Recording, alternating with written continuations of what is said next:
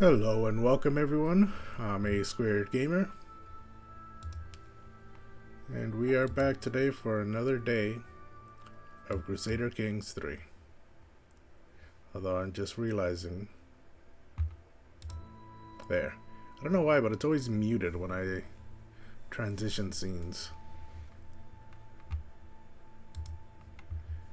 Okay, we are back. I'm going to be a little slower than usual today because I am stuffed. I just got home from a buffet.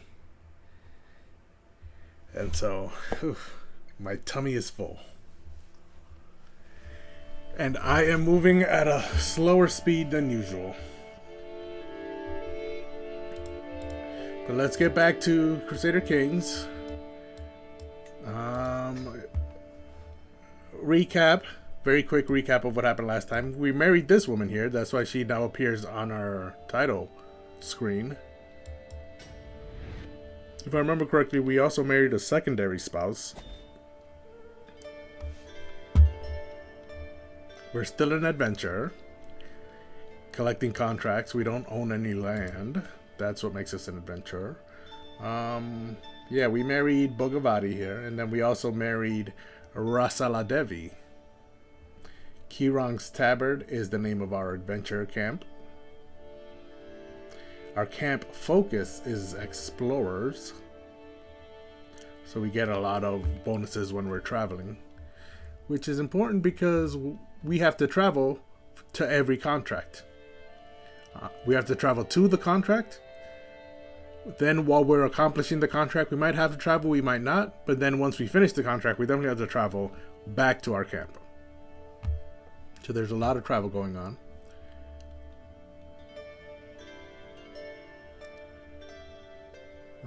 Yeah, and so last time I think we were just accomplishing contracts and saving up some money in order to build up our camp.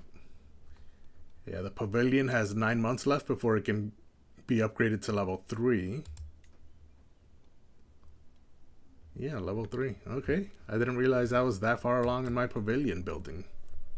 And once this becomes level 3, this slot right here that's currently locked will become unlocked and we can build a new building. Meanwhile, our barber's tent is at level 2. And we can only build one thing at a time, so for the next 9 months, we will not be able to build anything in our camp. Aside from that, though, we also have our camp followers. 8 of them are supporters of ours, while 16 are complacent. Because we have more complacent followers than we do supporters, that means our camp temperament is placated, which means we have 0 effects. If we have more supporters than followers, we will get an extra benefit, and these are the modifiers. Our schemes will be 4% more likely to succeed, and our army will be 50% tougher. But again, in order to get these, we need more supporters than complacent followers. In order to go from complacent to supporter, they need to have plus 60 or more opinion of me. Currently, we have a couple guys and a couple gals in the 50s. And so we want to get their support for us up to 60. We only have 2 people in the negatives. That's good. For now, though, I would like to sway them in order to help make them like me more, but we are currently working on learning my wife's language. I was trying to figure out whether to say wife or wive. But it's wife. Wife's language. And that'll take 2 years, and we only have a 30% chance of succeeding. Oh, because she's paranoid. Wait, because I'm paranoid.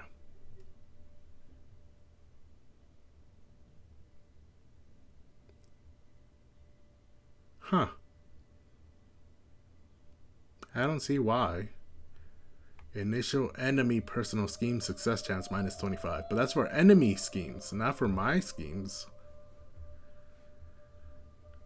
So I'm confused there, but, you know, what are you going to do? The game says it, so it must be so. What are all these 2 stars?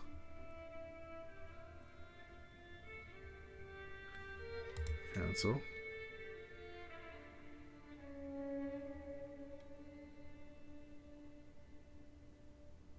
Oh, that increases my tyranny. Courtly vassals get lower opinion of me, but I have 0 vassals at the moment.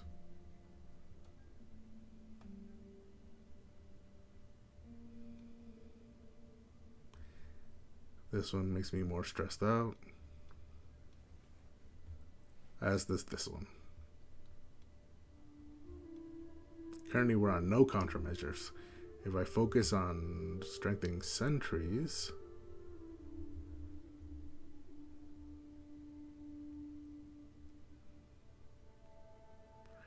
seduce, convert to witchcraft, and elope will be more effective or less effective by 100%. I'm not quite sure what this is telling me. It's green, so I assume that means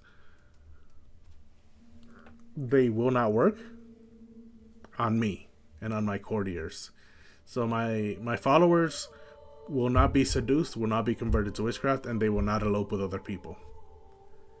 However, there's a 15% chance increase that my followers might be murdered, or that they might want to overthrow me or steal an artifact. I think that's what this is telling me. So I'll just leave countermeasures on none. I've never really done any of these, and probably for a good reason, because they're not really worth the trade-off. For now, though, am I currently doing something? Doesn't look like I am.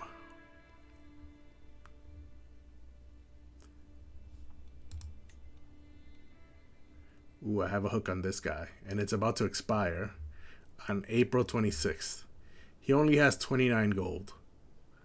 It doesn't look like I'll be able to wait until he gets 50, because we're 2 months away from it expiring. However, I can wait the 2 months, and then right before the hook expires on April 26th, we will, on April 25th, demand payment, regardless of how much money he has at that point.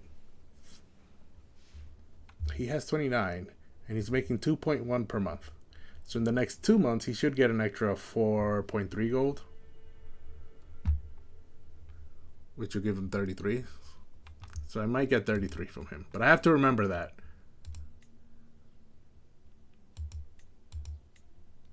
I have to remember to do that. And make sure that the date does not elapse before I actually demand payment. For now, though, we have 4 contracts, right? I do not see another contract anywhere in the world. Oh, I've got 2 goblets here. I wonder what I'm drinking. This one over here is full as well.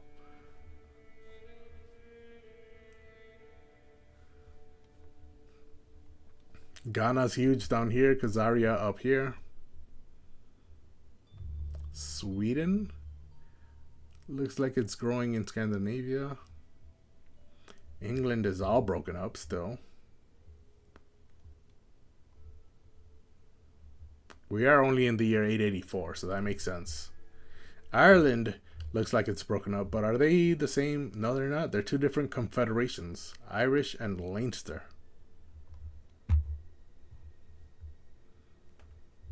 And even Iceland up here has Osterland, splitting them up.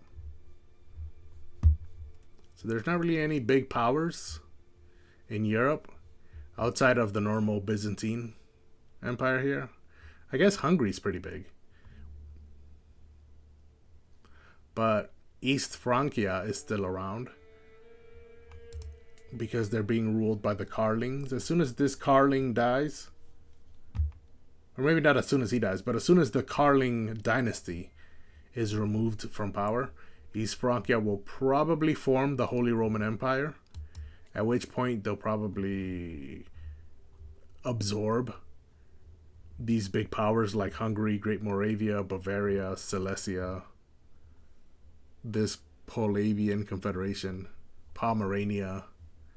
All of these will probably be subsumed into the Holy Roman Empire. But we're still years away from that happening.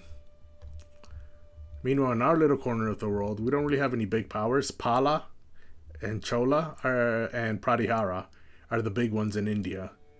And then here on the Tibetan plateau, you have Guge. And then this Gyalpo of U. Is it U or U? I'm not sure how to pronounce the U with the U with the two dots on top of it. But yeah, this is the biggest power here, along with Guge and Kocho. And then up in the steppes, it's just the Kyrgyz Khanate. So that is the situation of the world at the moment. For now, let's focus on us. And since we only have 4 contracts available, we will do this little intrigue contract, because intrigue is what I'm good at.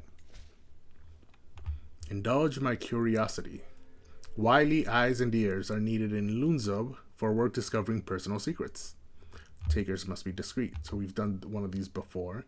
Doesn't pay much, but it's the only work around here, so we might as well go do it. And of course, it is extremely safe all the way there. Should I go through here? Let's go through here on our way there. Oh no, we have to go through here. Okay, then never mind. We'll just keep it the way the game wants us to travel. Search for secrets and scout for talent. We want secrets because due to all the perks we have, the more secrets we have, the more money we can get by demanding payment for those secrets. Or if they don't want to pay, we can expose the secret and get prestige. So either way is good for us, as long as we get that secret in the first place. Meanwhile, scout for talent is good because we can get more talented people in our camp. What does circumspect do? Oh, we're just more cautious. And I have this option because I'm paranoid. Yeah, so we go slower and we make sure we check under every bush to make sure there's no one out to get me. So yeah, we'll stick with scouting for talent. And then let's travel to accept the contract. And unpause. And let the game begin. Classified information. Ngapu Deu, and we learned last time Ngapu is the name of a title, not a person. So Deu, his title, is Ngapu. So Ngapu Deu's suspicions lie upon his vassal Ritsispa Opame. And again, we learned last time, Ritsispa is the name of a title, Opame would be the name of the person. And so I find myself stalking her through the halls of a temple. She is clearly deep in counsel with herself. I chance some more steps closer, hiding behind a jutting wall. I can almost hear her whispered words, whether they're a confession to Sangpo Boomtree or just wild muttering. I can't quite make it out. Yeah, so we've seen this event before. We can either get closer and try and eavesdrop, or lie about whatever it is we think we discovered. Or we can threaten her to tell us what she's hiding. Or we can abandon the contract. Now, threatening her is a prowess challenge. My prowess isn't great, so we have a 55% chance of success there. Lying is a diplomacy and intrigue challenge. So both of those stats combined. We're really good at intrigue, so we have a 95% chance there. However, diplomacy, we're so good at intrigue that the diplomacy combination actually hurts us. So if we go with just the intrigue challenge, it's a 96% chance. So it's 1% better. So we'll sidle a little closer. And we were successful. Excellent. And Gapudeo booms as I bring him the news. I had my suspicions, of course, but to have them confirmed. He gestures at a guard to bring forward my pay, stroking his chin in thought. Your reward. Should I need help in the future, do not hesitate to answer my call. Farewell, Leader Zappa. Excellent.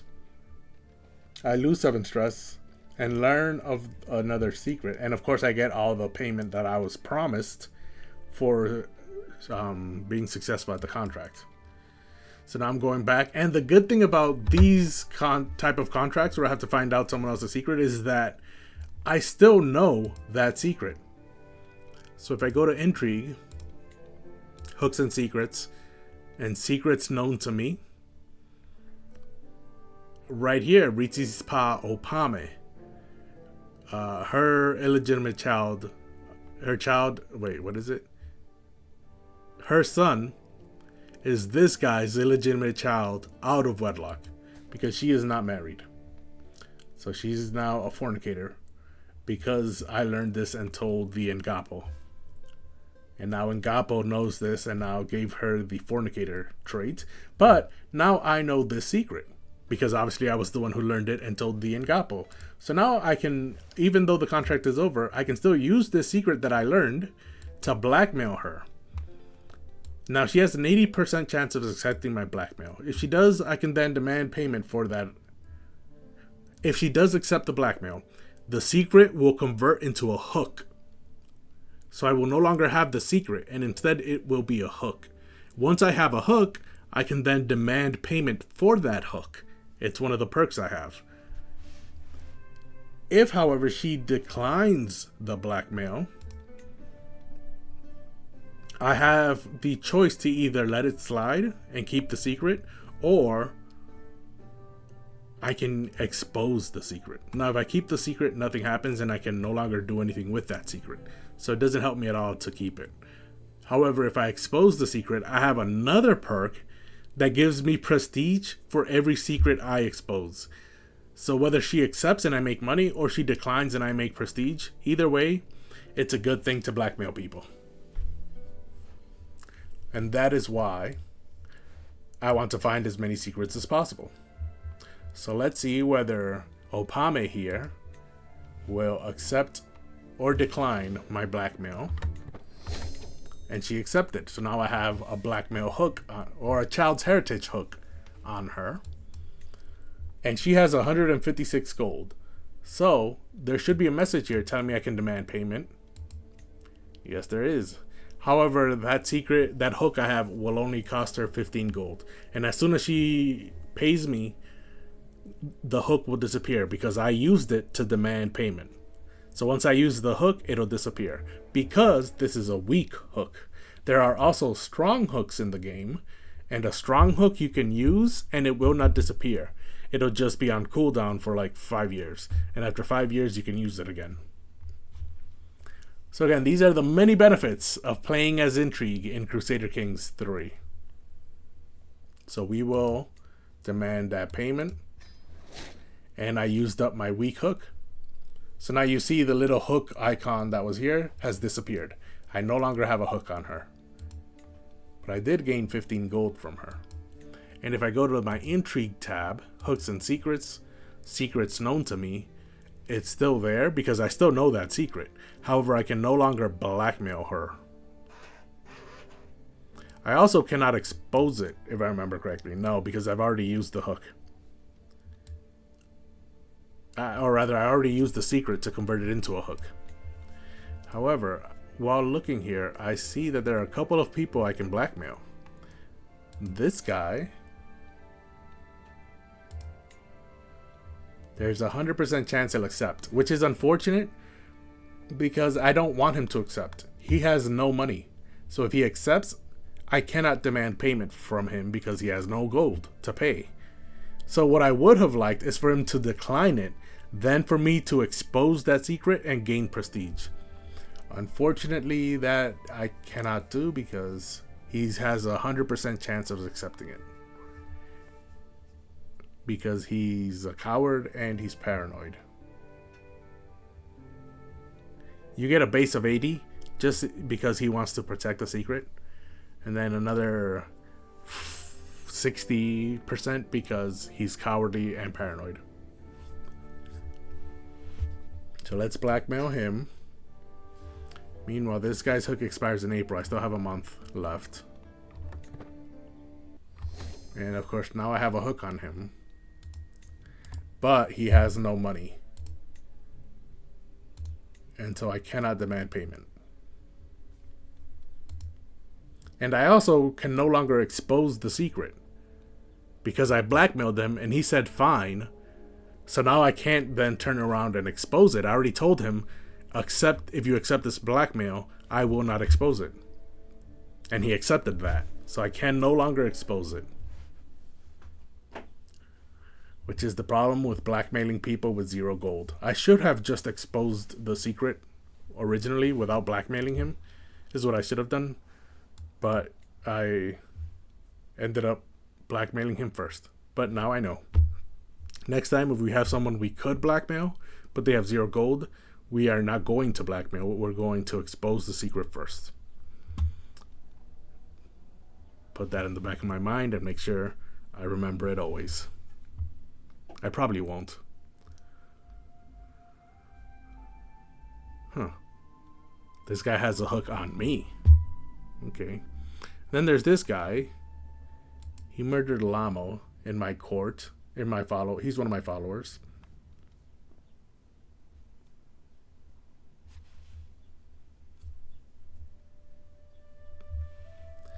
He is deceitful and stubborn, but he's not vengeful. So if I blackmail him, I don't think... But he has 0 gold, so you know what? Let's do what I... Oh, this is a strong hook. Never mind. I was going to expose it, however... This secret has a possibility of giving me a strong hook. With a strong hook, I can use it once, and then wait 5 years for it to go on cooldown, and then I can use it again 5 years later. So if it was just a weak hook, I would expose it and get this extra prestige. But because it's a strong hook, I will blackmail him instead. He's brave, which gives minus 20%. Okay, so it's not at 100. And I actually want him to accept this one. And he refused. So now, yeah, see, I either do nothing, I become unable to expose the secret, or use it for blackmail in the future. Or a threat was made and there can be only one outcome, and I expose his secret. And if I expose it, I gained 100 prestige. And now he gained the murder trait. So that's good. Meanwhile, this hook will expire on the 26th of April. We are currently on the 24th of March. So I still have a full month to let this guy collect some more money.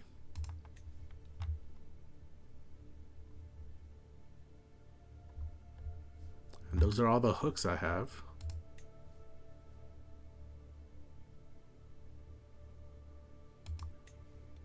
Yeah, these are all the hooks. And these are the usable hooks. But I already used this one.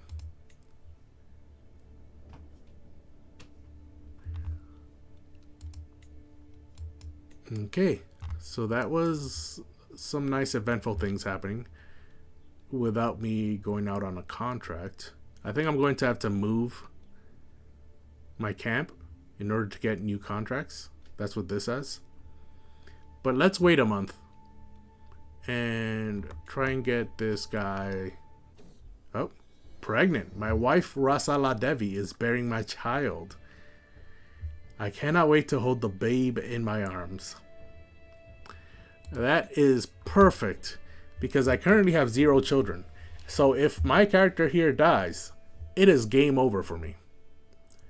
The only way for the game to continue is for me to have a child, and then when I die, I will keep playing as the child. So that is good. I can finally have a child. Let's see. Now she has the pregnant trait. Perfect. Can I demand she convert? Because she is significant. Oh, I cannot demand she convert because I need to build a portable shrine. She is cynical though, so once I have that portable shrine, it should be easy to convert her.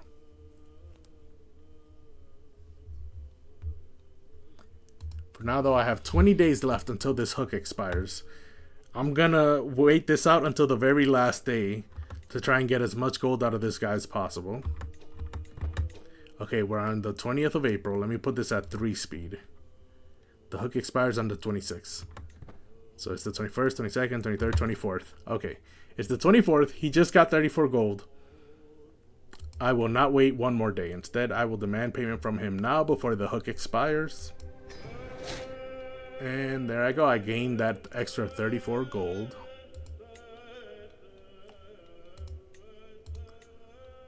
And now, with 113 gold in my pocket, and my camp still upgrading, unable to build anything new, I think I will then go to the castle holding.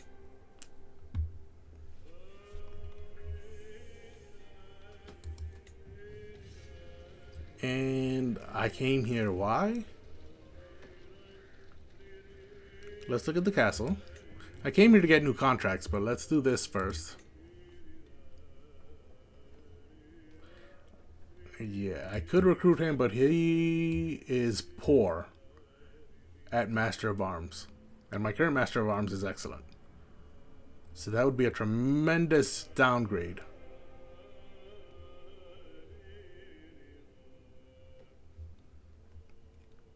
I could pay him 45 gold to increase my prowess by 1. That's fine. I'm not much of a fighter. Even though my prowess is good, overall, it's my second worst stat.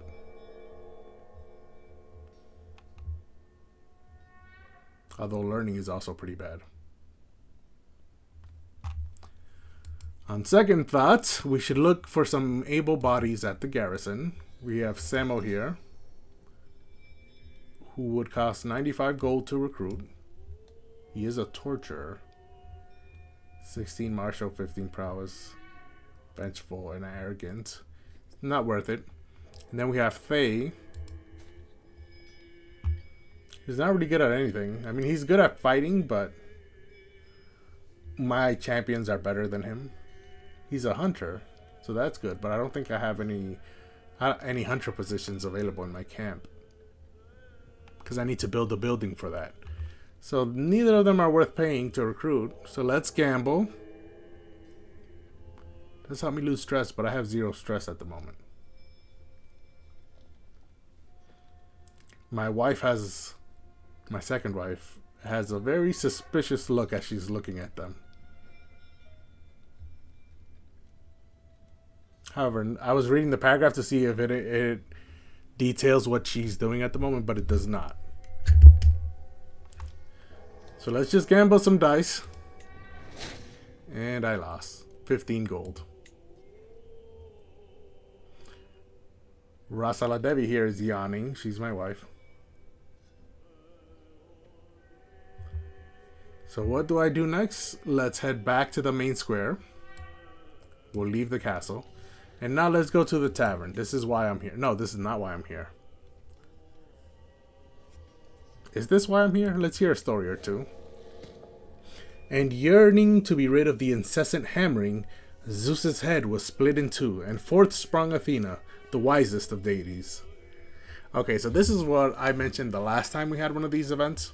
Usually whenever the storyteller finishes a story, the last 2 lines he'll say of the story will sort of tell the player what story they're alluding to. So this one is all about Greek mythology and the birth of Athena. Last time he mentioned the story, I didn't know which story he was referring to, but I do know the story of Athena's birth, so I recognize that story. Let me take a drink of water.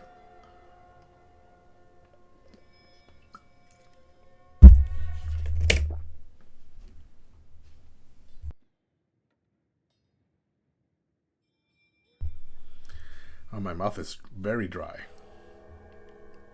I did say I just got home from eating, but I had a soda with that food, and sodas are not very hydrating. And so now I need more water to keep my mouth hydrated, to keep myself hydrated.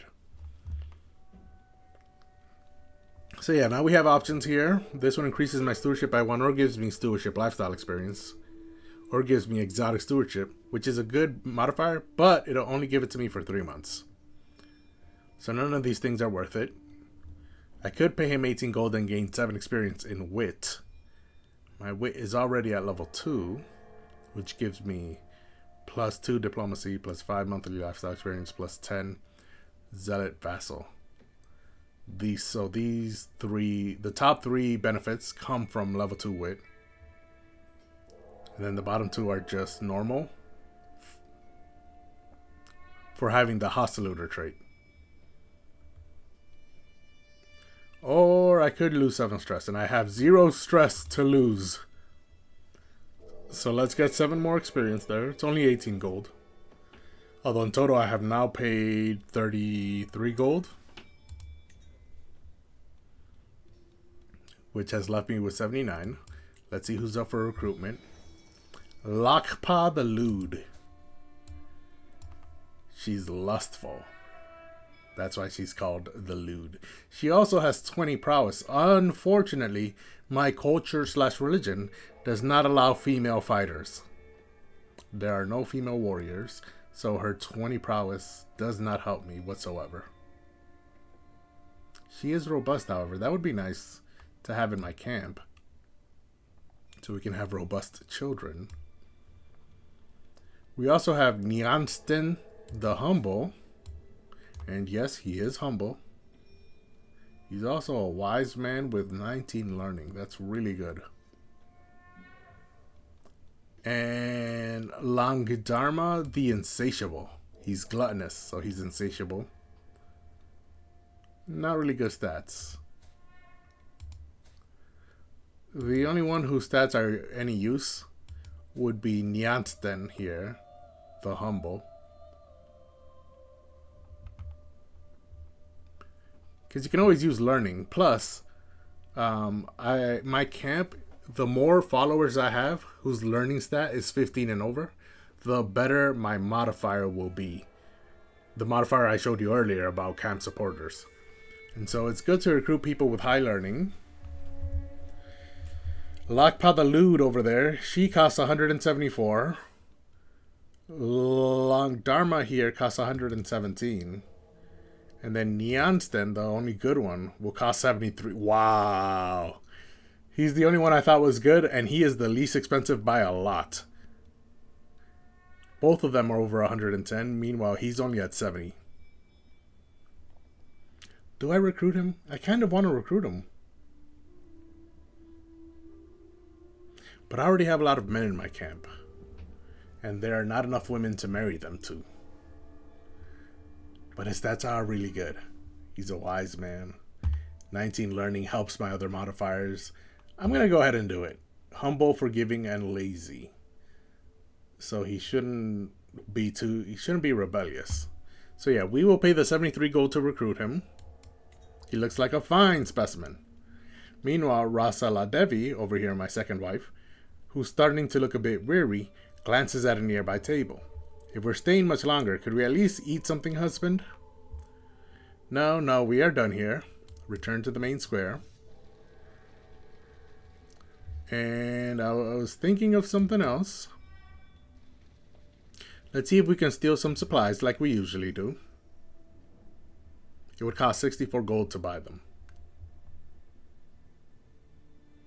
Ooh, I cannot steal supplies again until May 9th. It's been too recent since the last time I tried stealing.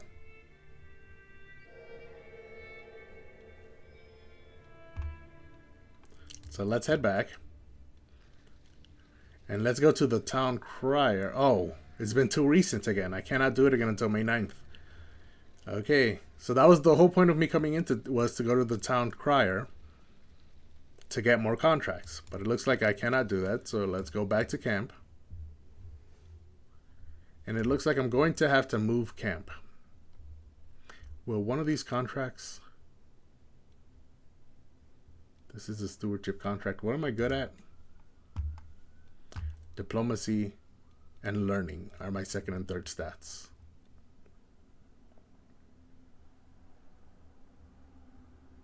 Just test stewardships. Okay. This one will probably be a fighting one. And this one is definitely a fighting one. Because it has a sword. Hired muscle is a martial scheme. Martial is my worst stat. So we will not do that.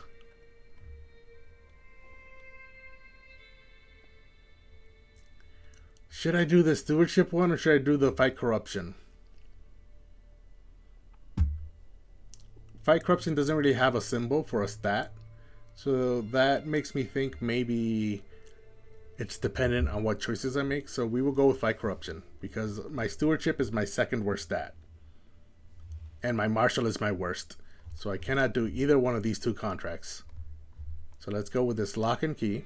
I don't want to quite move my camp unless it's part of another contract.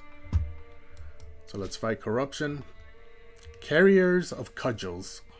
Boomthang suffers from rampant bandits, usurious officials, and panicky peasants. Anyone willing to keep all of them in line will be rewarded. Usurious is money lending, just for those who don't know. It doesn't pay much, but at least it pays. So we'll take the contract. And I only have to go to one place. So Ritsis Pa Lemo of Zemgang. Ritsis Pa is the title, Lemo is the name, Zemgang is the place. And that person happens to be Boomthang's marshal. Visits my encampment for the day. As soon as we are left alone, she begins muttering. It is embarrassing to admit, but I need your help dealing with the disobedient peasants of Kona. The marshal huffs and glowers. They flout their Prabhu's authority. I can't keep them in control. They beat and humiliate anyone I send, daring me to come in full force. Their conduct is a black mark, one that stains all the realm. So let me deal with them. I do not move my camp. Or I can go with my camp. Or I don't want this contract. Question is, where is Kona? Because that is what I just finished saying. That I don't want to move my camp without it being part of a mission. But it's going south, and I would prefer to go north. However, maybe once I go south, I'll get a contract that'll let me go even further north. So we will move with my camp. And of course, it's all safe. 340 provisions. I have more than enough to make that journey. So start traveling. I have one message. Oh, it went to 0. Probably because I'm moving my camp. So let's unpause. And now you see the little icon is no longer a man on a horse. Now it's a camp being pulled by horses. And this is a Scout for Talent event. We've gotten these a lot. This one is to hire a stooge. This lady here, Dawa, is calling everyone fiends and sycophants.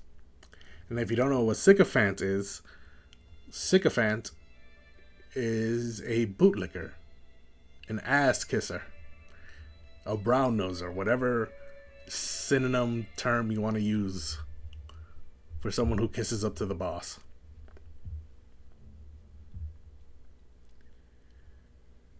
Okay, so she would cost 75 gold. Oh, and she's actually a good stooge. That's very rare. Usually the people I find for stooge are bad at being a stooge, because no one wants to be a stooge. But Dawa over here, a spineless empath, is actually a good stooge. She's humble, compassionate, and a coward. So I can pay her in food instead of 75 gold, which I definitely want to do. So 672 provisions, food and clothes for you. And there I go. Let me pause. Leader Zappa, my leader. I have met the most fetching woman here in Yumbulakang. My follower Vijaya stumbles as he addresses me. Her family will not let us marry without me paying a sizable dowry. He stutters sadly. Please help me. I have a hook on him. Why? I did him a favor.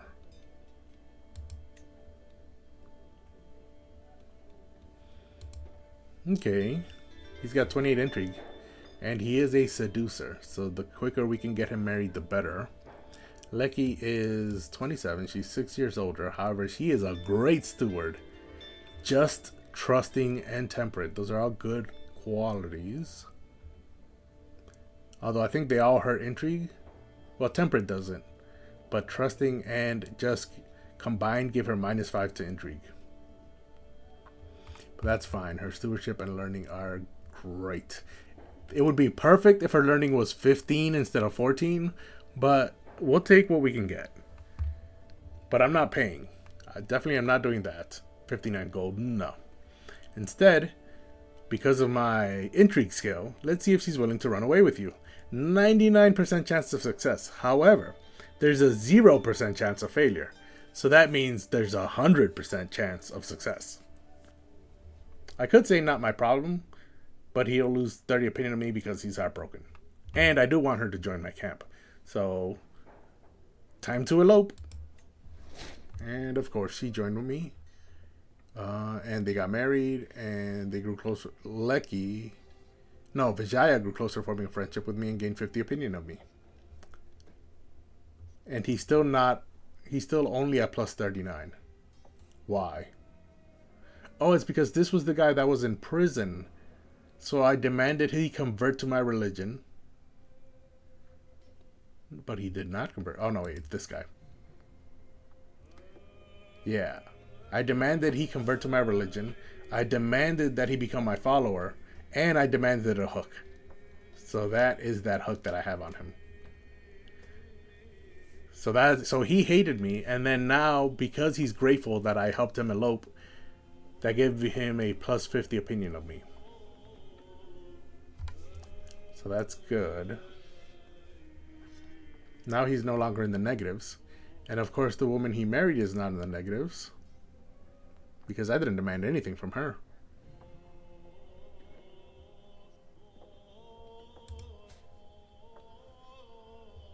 And so if I look at my camp now...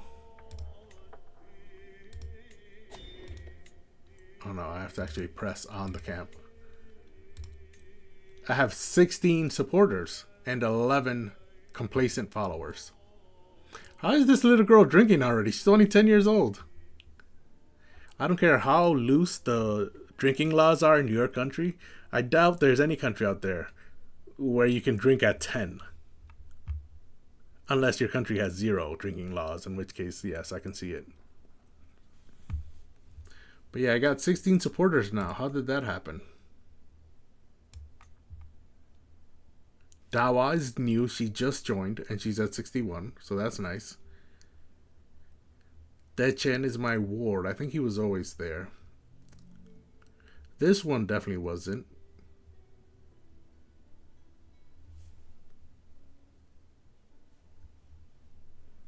I'm not quite sure.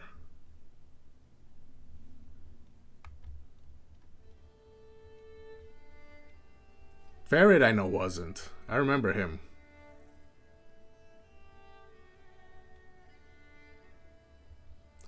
Huh. I'm getting the grateful from everyone. That's weird. I'm not going to complain though. But now because I have 16 supporters, more supporters than complacent followers, my camp temperament has now become steadfast.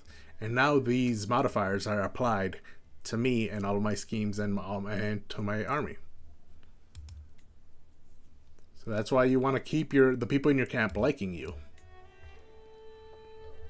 Meanwhile, my camp is moving in the process of a contract that we are currently doing. And this is my learn language scheme I have against my first wife. As we pass through the barony of Yumbulanghang, a jubilant local approaches my entourage. His smile stretches from ear to ear. I discern that he is offering a warm welcome, but the finer aspects of his speech are sadly lost on me. Be that as it may, I wave away my attentive companions and return his joyful greeting. I can hardly imagine a more excellent chance to practice my Magadhi.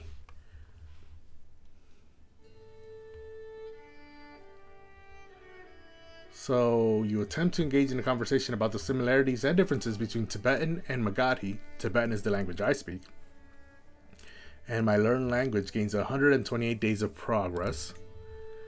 Currently there's 21 months left until it ends, which is 729 days. No, that's not. 21 months is There's 365 days in a year. So 24 months would be 2 years. So that would be 730.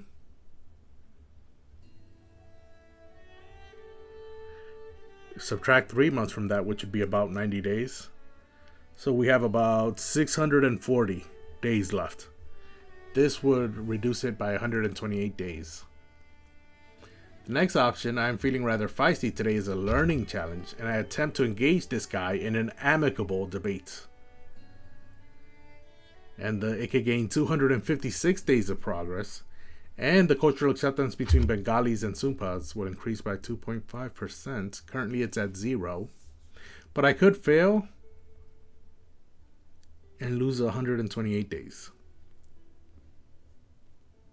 Either way, I lose stress because I'm ambitious. So I'm not sure which one I would choose. I could have him join us, but then I'd get stressed out because I'm paranoid. But the scheme will gain interlocutor joined entourage, which increases the base success, which is currently at 30.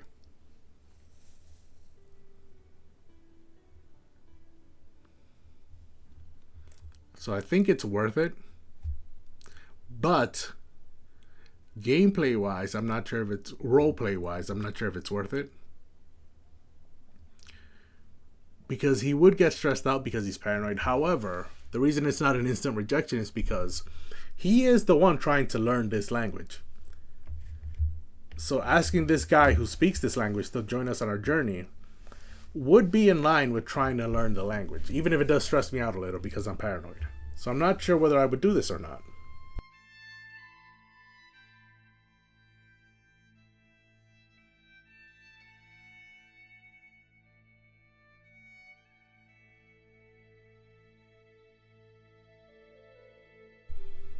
It's quite the conundrum.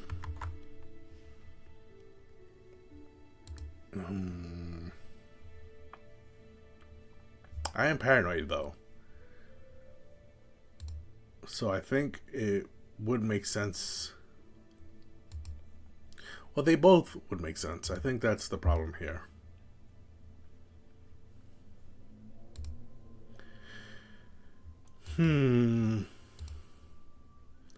I think. Oh, hold on a second. I think.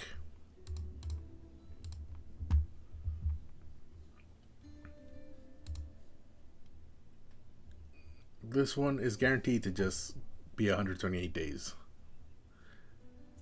I think I'm going to gamble here. Learning challenge. But this is just so good.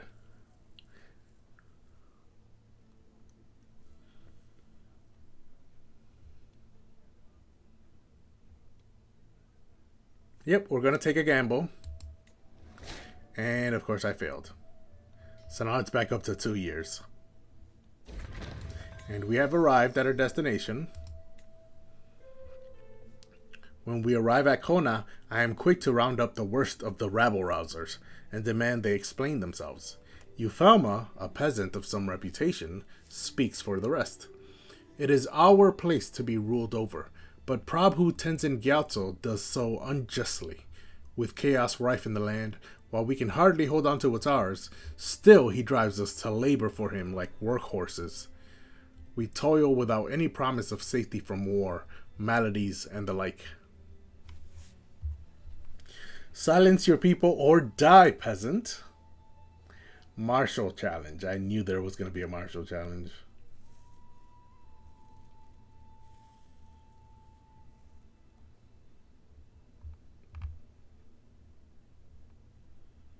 I lose this guy if I fail. 92% chance I'll fail. And I will lose this guy. He will join this guy's camp. Or not a camp. He'll join this guy's court.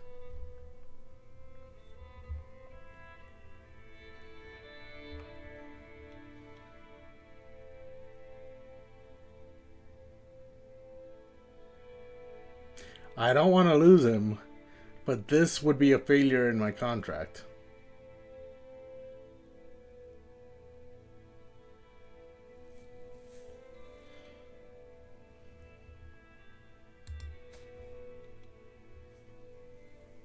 Oh, this is my best fighter. I really don't want to lose him.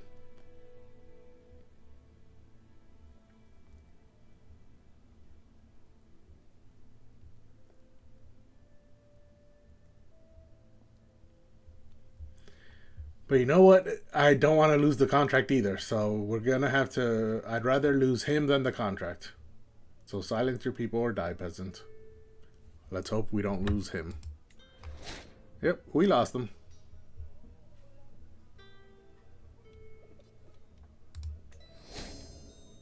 And of course the contract was excellent.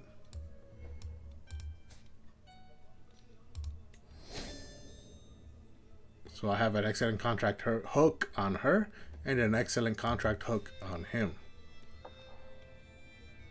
Because he was the ruler and she was his marshal who gave me the contract in the first place.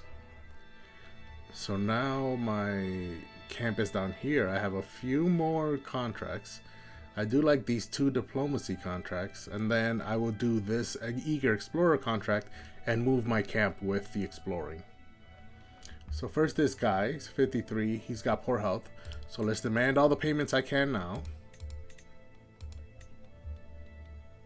Ooh, he'll give me 50. So that's nice. He only has 61. So I will take that 50 gold. And I no longer have that hook.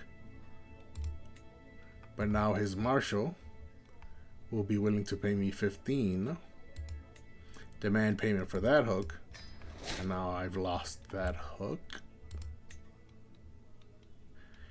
It's just a lot of easy money with intrigue gameplay. I like it. I'm not complaining. But then I lost one of my bodyguards, so that's not good. So I moved my camp. If I go to my followers, if I fire my stooge, Zangwa, who's this guy? When did you join my camp? Oh, you're a really good fighter. I have no idea when you joined my camp, though.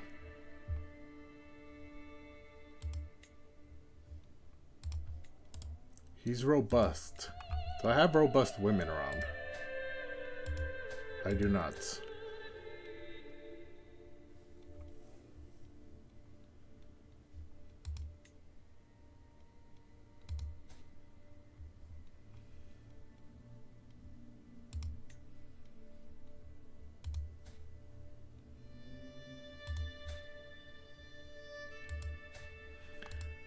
I'm trying to see if I had a robust woman and married her to someone else. Because I thought I remember seeing the robust icon before, but I guess it was on a man, not a woman.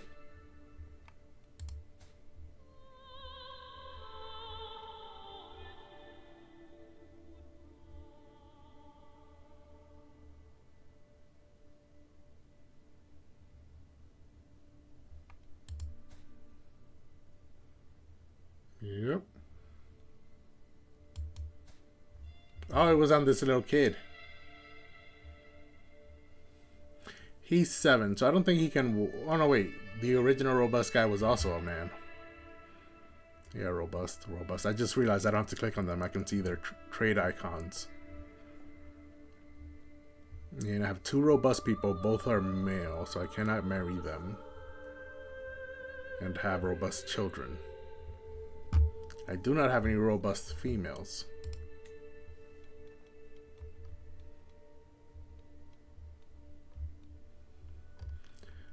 And so Dawa can get married to someone else.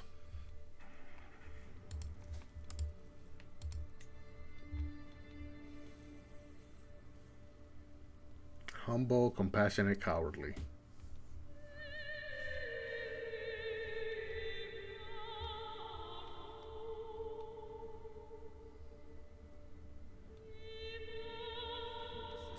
Oh, this one is humble, forgiving, and lazy.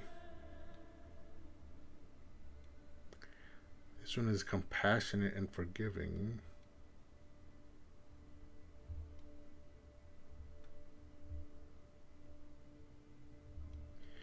Okay, so I think it'll be this humble, forgiving guy. What's this icon? Oh, the stooge.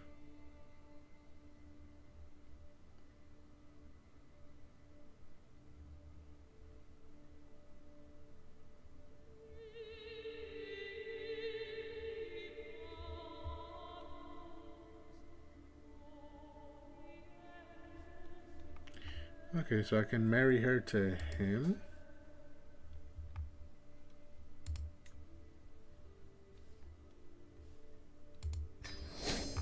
And now they're married, and his house only had him, so now he can have some children. Continue his house. Now the position of bodyguard is open. Everyone is average, so I'll leave it open, and then whenever I travel, the scout for talent option will find me some good bodyguards.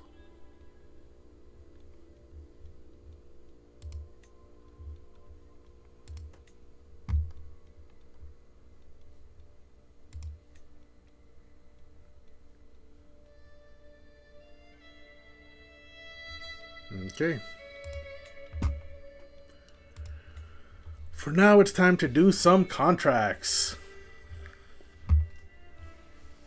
Let's start out with this one, performing in a play.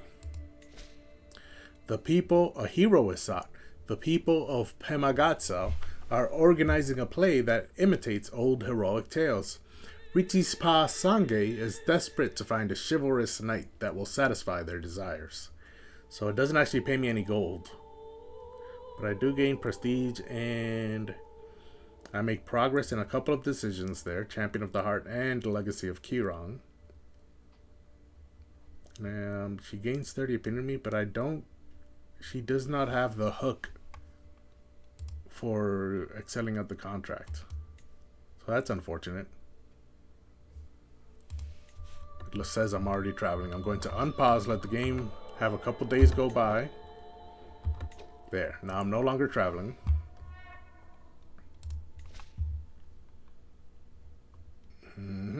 Still the same. We will travel to accept. And we're scouting for talent. Hopefully find a good bodyguard. And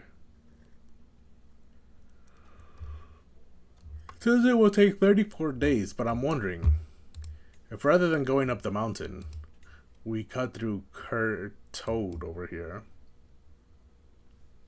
and do the same on the way back. Ooh, that actually increases our travel time by a week. Never mind then. 33 days. Let's travel.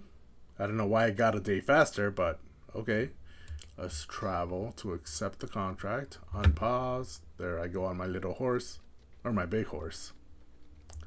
Horse is bigger than the town. Perform in a play. The market square of Pemagatsa is busier than ever, with a troupe of singers doing preparations. A wooden sword. One of the children leans over the dais. I never know how to pronounce that word. Making a disgusted face. Yeshe, that's enough. Riti's Pa Sangye urges him to return to her side. I told you I would find a real hero for the play, and look who just turned up. Sangye looks directly at me. An easy windfall, wouldn't you say? You just need to impress these peasants. So I can either focus on success chance, on phase length, or I can balance the two agents slots. But I will focus on success chance and have 4 success agents. I don't really care how long it takes, so let's make it the easiest windfall. Let me pause. It's because I need to find some agents now. I need 2 shills, a poet, a musician, and a socialite. So Sisupala and Vijaya are the 2 best shills. Selbar is the best poet. He's also the best musician.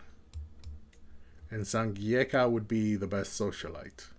So I didn't see her in any other position. So we will... Wait, hold on. Second musician is Wozer. Second poet is Bone. Sisupala and Vijaya. I did not see them there either. So Sisupala and Vijaya can be my shows. Success chance should go from 40 to 73, 72. And then with Vijaya, it should go to 93. And then Sangyeka, the socialite, 22 days. So it should go from 2 months to maybe 1 month. 41 days. Just over a month. And now 93%. I don't know if it's capped at 93 or if I can cap it at 95 or if I can raise it to 100. Either way, let's include a poet here.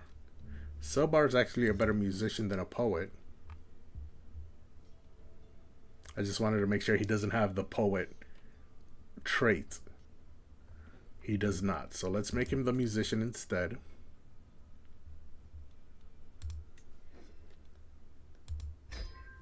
And now we're at 100%. So we don't even need a poet. But let's add a poet nonetheless. This guy is a bleeder. He's a witch, a doctor. Not a witch doctor, but a doctor witch.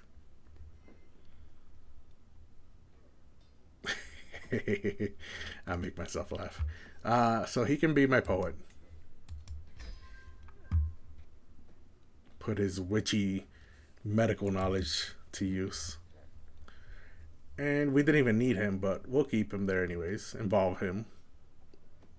See if that helps him gain more opinion of us by being involved. And then we can wait until we get advantages in the scheme. Now it's just a waiting game while we perform this play. So I will increase the speed up to 4 speed. Each phase will take 43 days. So it's gone up to 40% chance. My spot. Move your accursed tent, damn it, Farid. This is my spot, cries Selbar, disrupting my evening walk. Farid seems unmoved, simply folding his arms across his chest. It can't be your spot if it's got my tent upon it, now can it? He snarks back. Desperate for a higher authority, Selbar whirls around to me. Leader Zappa, please, I beg of you. Discipline this wretch. So I can side with one of them and the other will lose 20 opinion of me. And the one I side with will gain 20 opinion of me. Or I can tell them to fight it out amongst themselves. Farid loses opinion of Selbar because he thinks Selbar is overreacting. Selbar loses opinion of Farid because he's annoyed at him. Meanwhile, I will gain 75 prestige because I'm the boss. I'm the boss. So yes, they can figure it out amongst themselves. I don't have to be involved in that. Meanwhile, there's a scheme at camp. Grave news has reached me. While it is not yet known who, someone is plotting to kill my follower, Marok. Marok is a lunatic. With 13 intrigue. So whoever's plotting against him must have really good intrigue. He's also calm and generous. I was going to say I don't see why someone would mess with him. But I then saw that he is also arrogant. A calm arrogance, one would say. But yeah, that is what is going on with him. Where did I go? There I am. We're on the 3rd phase now of the scheme. Dechen, longing for the wild. This is the wolf boy that I adopted. Dechen has been a real challenge to mentor, that much is certain. He is scarcely able to string a sentence together, and still prowls around like a beast. Life indoors seems to cause him a great deal of stress, and when he does decide to speak, he speaks almost exclusively of returning to the wilderness. I watch as he stands uncomfortably on 2 legs, and motions to leave. And somehow I know that this time, he is leaving for good. I could just say, wait. Just give me one more chance. Learning challenge. Either a 48% chance nothing happens or a 51% chance the child returns to nature. I could otherwise say, I'll never forget you. And then he returns to nature. So there's nothing negative happening. I mean, the negative thing is that this kid is leaving. Which is too bad because he was robust. And did I at least... No, I did not remove his malnourishedness. He's been with me for a year now and he's still malnourished. That's not good. And he's still nonverbal. I couldn't remove any of them. Nonverbal will go away in a year. Almost exactly. It'll go away September 7th, 885. We are currently on the 7th of September, 884. Meanwhile, Pharaoh will go away in 4 years. 7th of September, 888. While malnourished does not have a date. It's just about eating better. So yeah, I'll say give me one more chance. There's really no negative to trying to ask him to stay. Did he stay? I mean, nothing happened, so I assume he stayed. Well, I just built the pavilion. Let me just check whether the kid stayed or not. Oh, he didn't stay. He was the youngest kid. He was only 8 years old. Yep, looks like he left. No more child of wolves in my camp. That's unfortunate.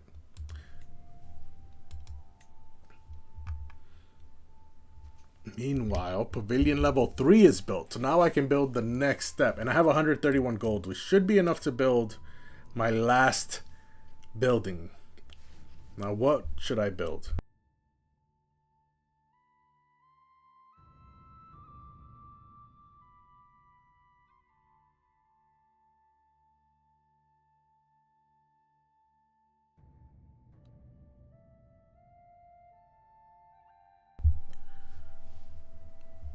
I'm trying to remember. I already looked through all of these before, and I made my choices. If I remember correctly, Roaring Campfire and Mess Tent are speaking to me. So it was one of these two.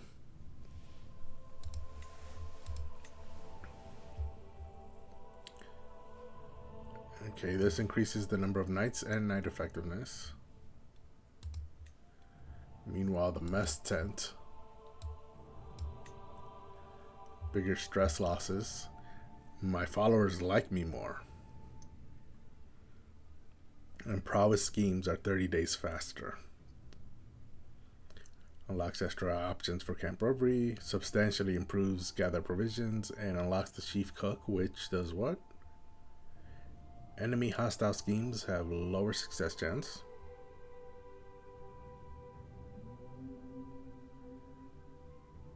Okay.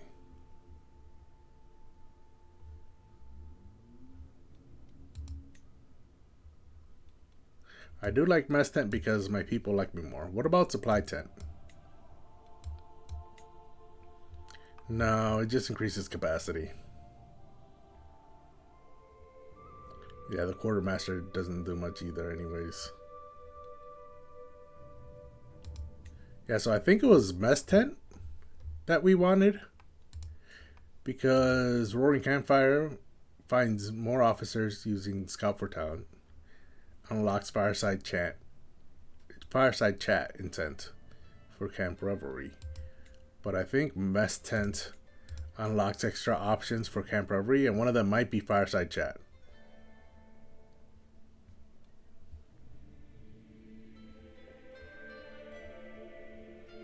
But I must say the courtier and guest opinion modifier is what's getting me here, because I need to remember all of my followers to be plus 60 opinion of me or higher.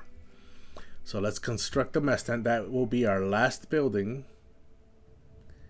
Ooh, do I want that to be my last building? Because the thing about Roaring Campfire is it increases my number of men-at-arms regiments. So currently our military has 1 men-at-arms regiment, which I haven't built yet. This one would give me 2.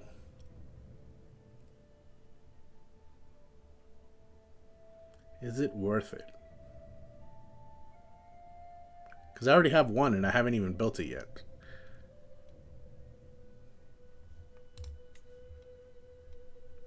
Mountaineers, armored footmen. Mountaineers are better in every way. And they cost the same amount of food to travel. Mountaineers cost 18 more gold to build, but that's fine.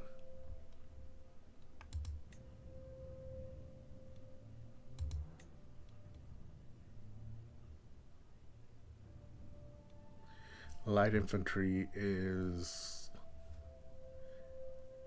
good in forest, taiga, and jungle.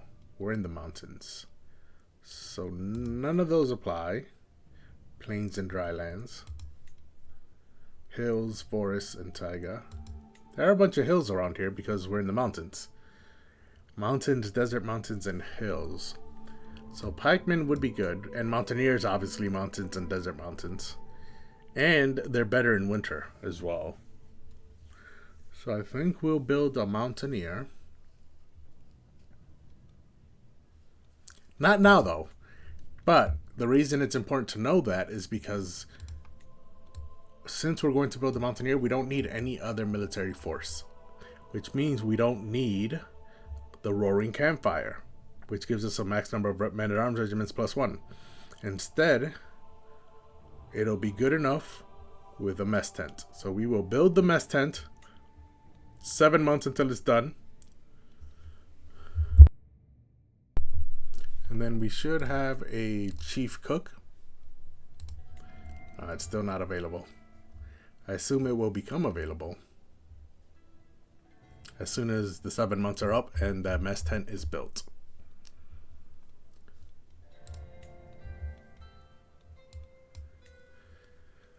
Okay, so now we can continue the contract. We have one message.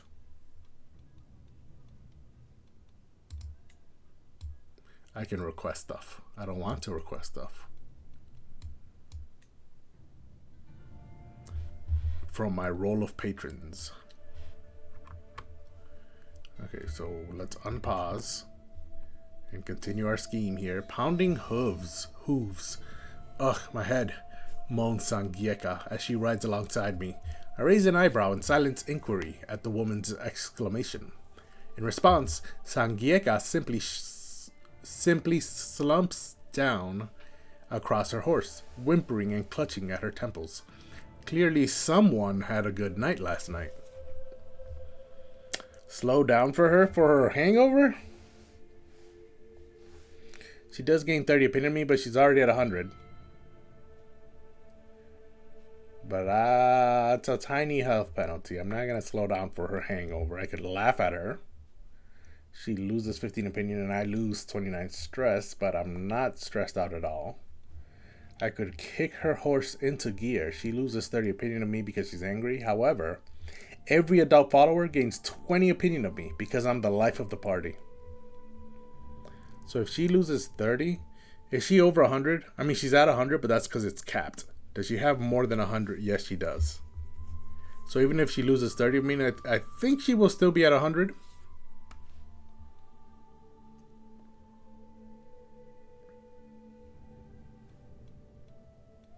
I could trot on, but she loses opinion of me for nothing because I don't gain anything.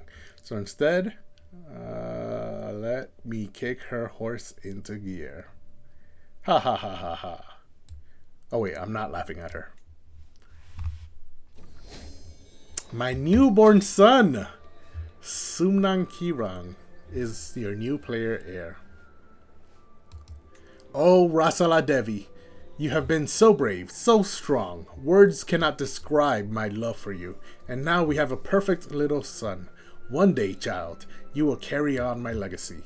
What name would befit a leader? I mean, we can keep him as Sumnang.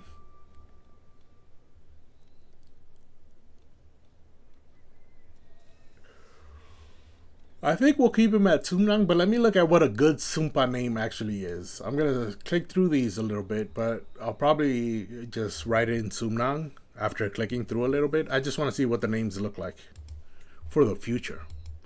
Future children that will be born.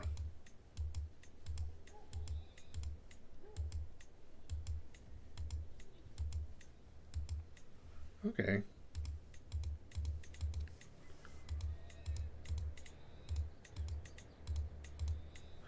Okay, yeah. That's enough. Let's go with Sumnang. May you grow to be strong and wise, my son. So now I have a player heir. So now if I die, I will then start playing as Sumnang. So that's good. It will no longer be game over from this point forward. As long as Sumnang is not sickly. Doesn't look like he is. Oh, he inherited quick. That is good because I'm quick. However, my wife is also quick. So it's unfortunate because that quick had a chance of evolving into intelligent, which would have given him +3 to everything instead of just +1. So that's unfortunate. But at least he got quick. But then again, he was guaranteed to get quick, so it's not really a good thing. It's just a neutral thing. That's fine though. We have 16 days until this scheme reaches 100%. And we'll be at 4 advantages, and we need 5 to execute it. So we have one. Oh, it's not even at 100. It's at 97.4. So that's good because we needed one more scheme anyways to get to 5 advantages. There you go. Execute the scheme. Seize the moment. It's a 100% chance of success, so I can just go with this. If the success chance was a little lower, I might have waited in order to execute with confidence or leverage advantages or cover every angle. But because it's 100%, let's just 5 advantages is enough. Seize the moment. And of course, it's a success.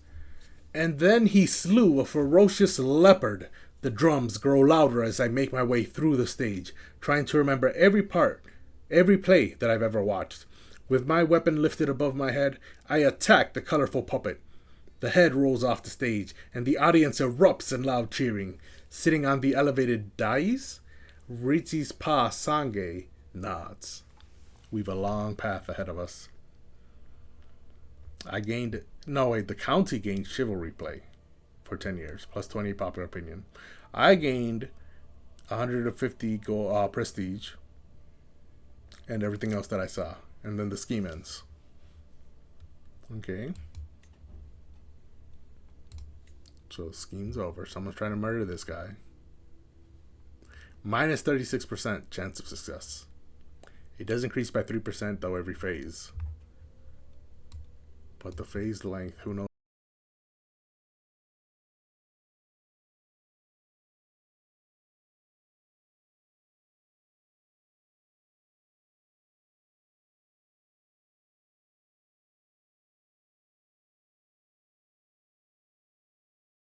Internet on and off and on. So that's what I'm going to do. I'm going to turn the internet off and on.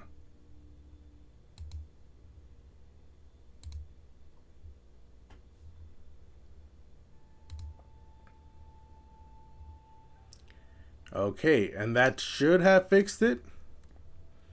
If you're still having problems, if you can hear me, a refresh and the stream should be back and operating as normal. Yeah, everything looks green to me. I dropped a few frames, but not enough to do any damage.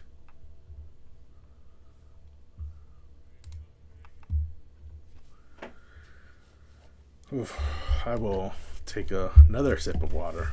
Keep myself hydrated.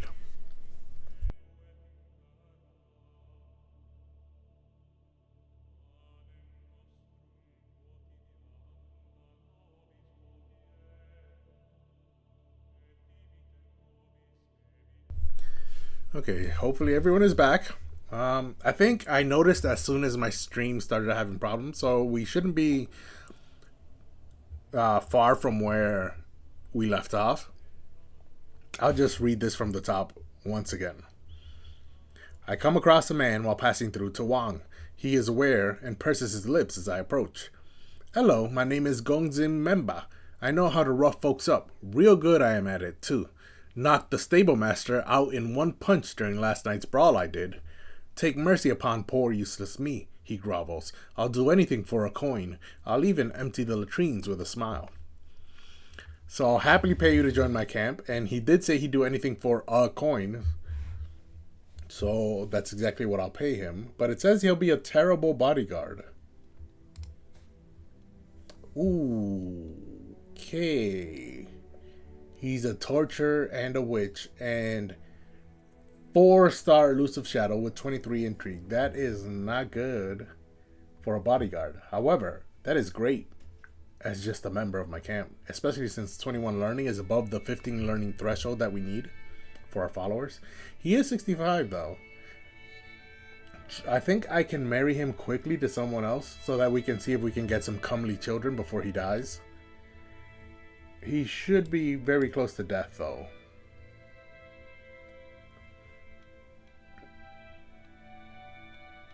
I mean, it's only 1 coin. So yeah, let me pause. I'll pay you. You're in my camp now. Oh, you got a glow up. Look at that. What is he wearing? Evil Craven. Craven is coward, so evil coward. Okay, so here's what I'm going to do. I'm going to fire you. Because you're terrible. Okay, he loses 30 opinion on me, but he's at plus 94. That's fine. And 25 prestige doesn't really hurt. So he's at plus 59 now. Oh, he got rid of the armor. So it was the armor that was glittering. But he's still dressing pretty fancy. And he's at plus 59. Oh, because I'm also a coward. So us cowards like each other. So that gave him a plus 20 opinion of me just for being cowardly. That's nice. Now let's marry you. Ooh, I thought I still had Dawa. Did I marry her off? I did marry her off. That's unfortunate. More than 50% of the reason why I even recruited him was because he's comely. And I wanted to pass that on to someone. The remaining percentage of the reason is because he only cost 1 gold. So even though my plan didn't work out, at least it didn't cost me anything.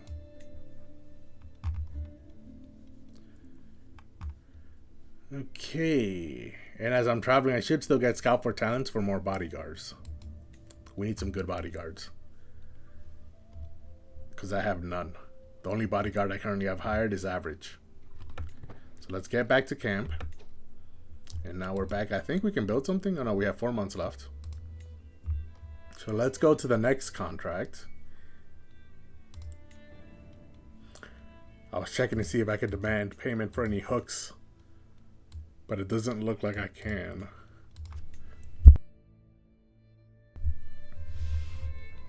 Yeah, I don't have any secrets. And then learning this language will still take another 1.5 years. Or 1 year and 4 months. So let's do the next contract, which is a confidence trick. Count Gon again? This is the 3rd time, Count Gon. At some point, it's no longer my fault, it's yours. What's the old George Bush saying from the J. Cole song? You know, shame if you trick me once, shame on you. If you trick me 2 times, I won't get fooled again, right? That's what George Bush says.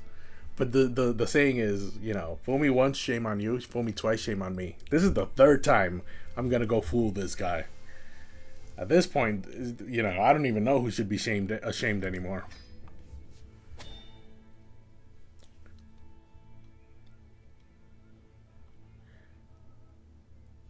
I already know how to educate my child. I don't need that. So let's travel 3 months.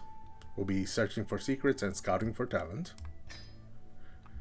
Did I get that tutorial pop up because my child is old enough? No, he's still 0 years old. I like to wait until they're 3 before I educate them, because at 3 years old, they develop a personality. And then I can decide their focus. However, this is my child, so I think I should just educate him now. And then once he get developed, yeah, because I was only educating the wolf child, but the wolf child ran away. So let's just educate him now.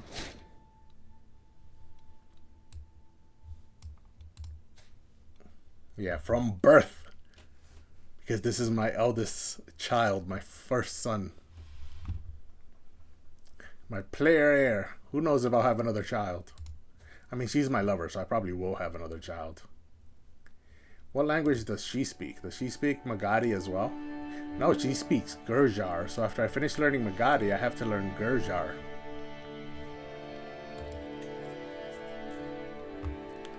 Okay, meanwhile, I'm on my way to Count Gon once again. What's the point? Zangwa has stopped bathing. Stopped even making an attempt to clean himself even. A fact I am brutally confronted with when several of my followers beg me to deal with him. I know what you're thinking, leader, but it's not laziness. It's, a drive for efficiency. I can actually do more work if I spend less time wiping away the sweat of the road. This is what a relentless focus on value looks like. He's mad, or a fool, or both. He's a cowardly antagonist is what he is. And he says it's not laziness, but I see lazy in big white letters staring me in the face. Your laziness goes too far. He loses 20 opinion of me, and I gain hygiene disciplinarian, which means all my followers gain 10 opinion of me. So this is very helpful for 10 years. What has already happened is that Zangwa gains thinking for 10 years. Which means he's less stressed out. When he loses stress, he loses more of it. However, people like him less. Every follower lost 30 opinion of him because they're disgusted. I could say you make a good point, and he likes me more, but he's already at 100. And I gain also thinking, but I get stressed out because I'm ambitious, and that does not help. Or I can just simply write ahead, far ahead, and ignore this whole thing, which would gain me 75 prestige, but nothing else. But no, I want hygiene disciplinarian. Even if this guy loses 20 opinion of me, I think he has more than 100. It's just capped at 100. And even if he doesn't, it'll still go down to at most 80. So he'll still be above the plus 60 threshold to be a supporter. So yeah, let's go with hygiene disciplinarian, and everyone will like me plus 10. And now that that happened, let's look at my camp. And my followers, I have 22 supporters. Only 5 complacent followers. And even then, these two are already in the 50s. This is my wife. Wow. I have 27 people in my camp. 22 of them like me more than my wife does. This is my second wife. At least she's first on the list. Even though she's tied with everyone else who's at 100. I'll just assume that the game is calculating everything past the cap. So she's at plus like 190, and this one is at plus 180, and that's why she's first. That'll be my assumption, and I will not do the math to disabuse myself of that notion.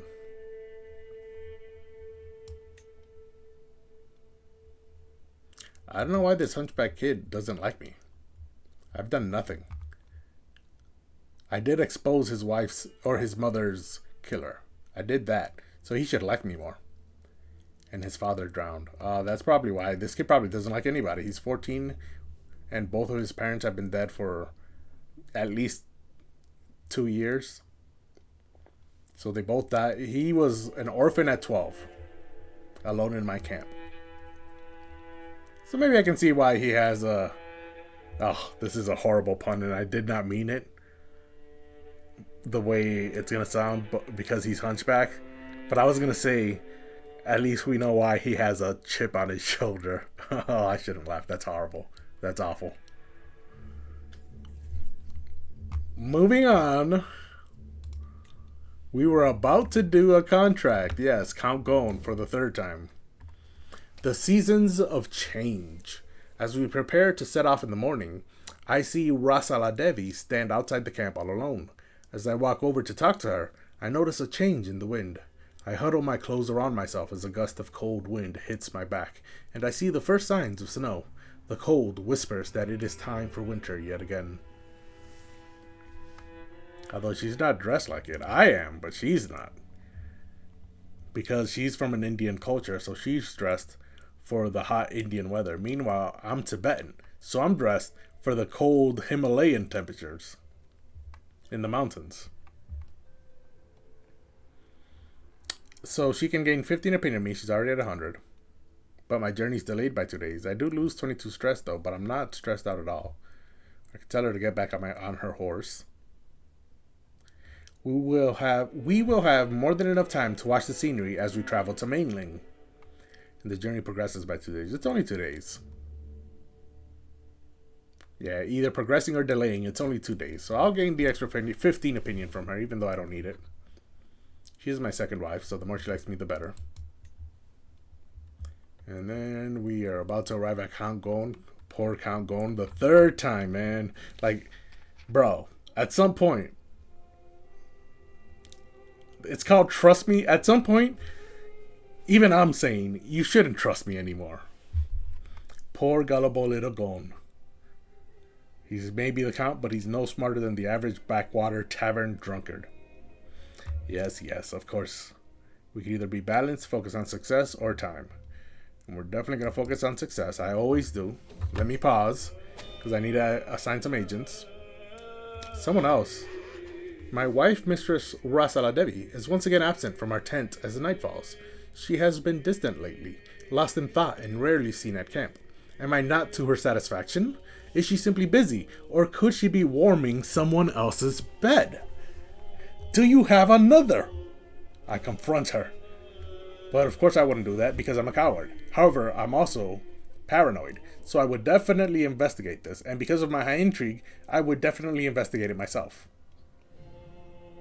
She would never disrespect the sanctity of our marriage. My paranoia would never allow me to say that. So yes, I'm going to investigate it, and because it's an intrigue challenge against my wife, and my intrigue is at 44, while hers is at 9, that means that this intrigue challenge has a 100% chance of success. If she has been unfaithful, I will learn about it. And she's innocent, which is great, because the last thing I needed was to doubt whether my only child is actually my child. That is the last thing I needed. So that's great. Now we can assign some agents here. We need a shill, a thief, a tumbler, a thug, and a gabbler. The gabbler speaks for an hour without saying a thing, right? So they're just a talker. Rinchen is the best there. Rinchen is also the best thug, but he's tied with Wangdu, so I can use Rinchen as the gabbler and Wangdu as the thug. Tumbler would be Bone. Thief would be Vijaya. And shill would be Sisupala. Yes, we know he's a good shill from the previous scheme. A shill is a friendly voice from a perfect stranger, which can go a long way in a crowd. And really, who's to say who knows who? So they're like a plant in the crowd that we put to speak on our behalf without anyone knowing that they're speaking on our behalf. A biased opinion that we make look as if is unbiased. So that's the shill. Meanwhile, the thief, we all know what a thief is. Vijaya would be great at that. Vijaya. Why are you such a great thief? Oh, 28 intrigue. That's why you're a great thief. Oh, level 3 gallows bait and thief. That's why you're a great thief. Because you're a thief. Okay, Vijaya can be that agent.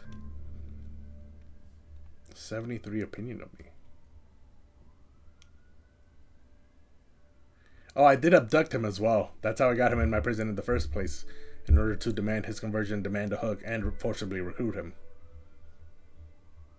But those things all go down as the years go by, so that's why his opinion is slowly going up of me. Meanwhile, the tumbler, dancing, prancing, contorting, and cavorting, window or wall, I fall like a cat and spring like a sparrow. Okay, so they just move around a lot. I guess they're the distraction. That can be Bone. Wait, am I already at 100%? Wow, I'm already at 100% success.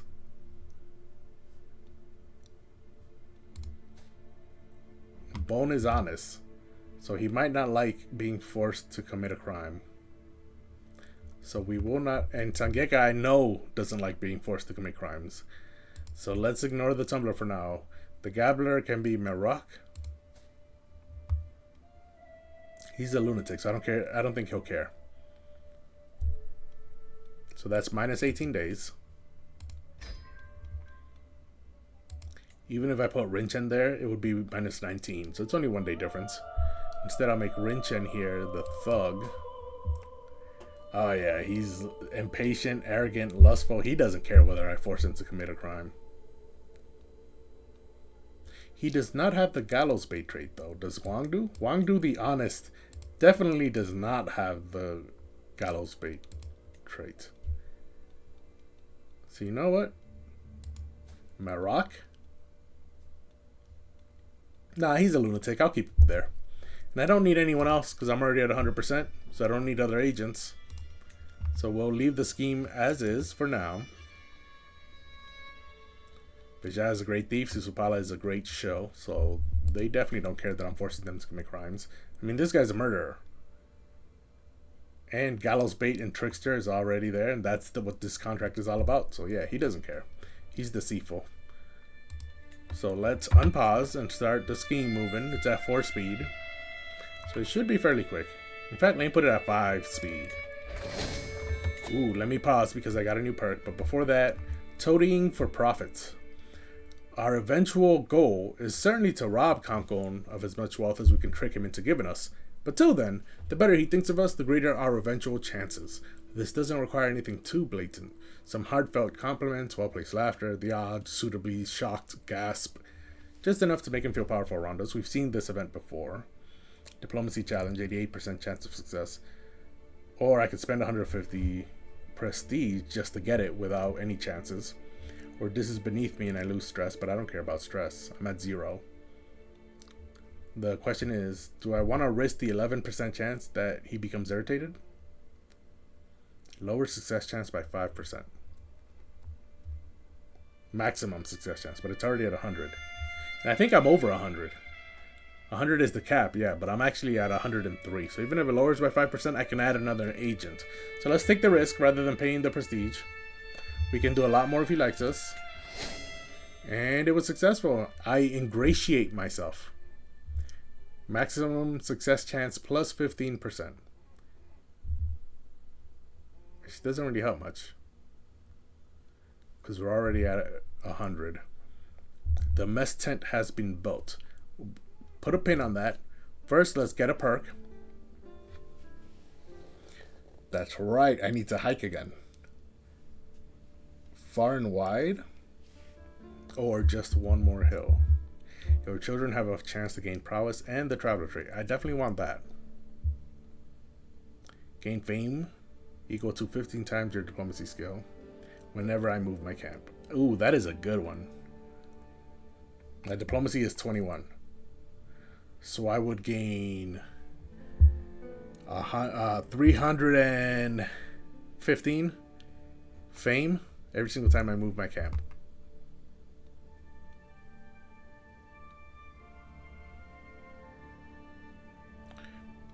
But these are also good.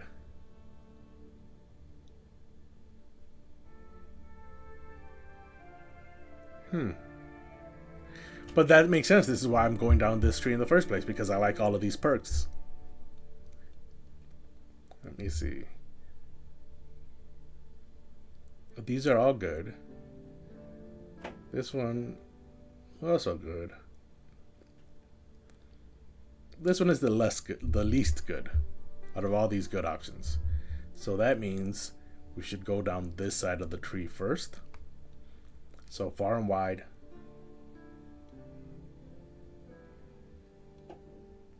But do I want my child to have a chance to gain prowess? I mean, I only have one child and he's 0 years old. So I can get this perk later. Let's get far and wide first because it gives me 10 fame for every holding I visit, which is just every city I pass whenever I'm traveling. And I pass a lot of cities when I'm traveling. And then I can get of the people. And then I can get just one more hill. Once I get of the people, though, I will be constantly moving my camp. Back and forth and back and forth. Because I can get this perk to trigger every 3 months. So let's get of the people, and then we'll go just one more hill. So we'll get far and wide first. And then of the people will be next.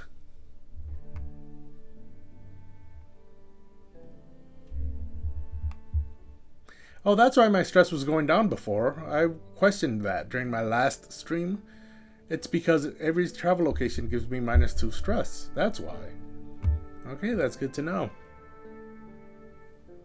And because of my veteran traveler trait, I gain 50% more experience in this lifestyle. Oh yeah, there it is. Monthly wandering lifestyle experience plus 50%.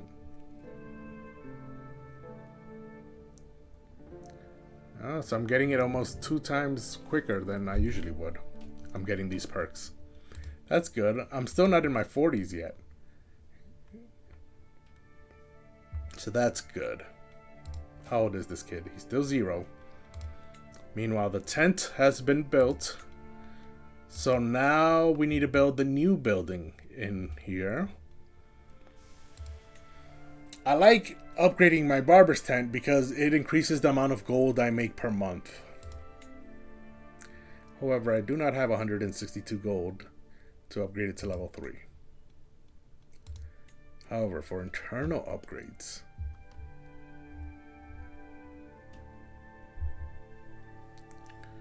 learning scheme. No, this is good, but I don't have the gold for it. I do like surgeon's tools, dentist tools, and reference corpus. So those are the 3 I'm going to get. Should I just get one now? I can get the dentist tools. I don't think I want to get them now. What about baggage train? I can get a huntsman, so I can go on hunts. Portable shrine will help me demand conversion. And I can get a camp priest as well. I don't think I want to do this until I get to my cultural homeland.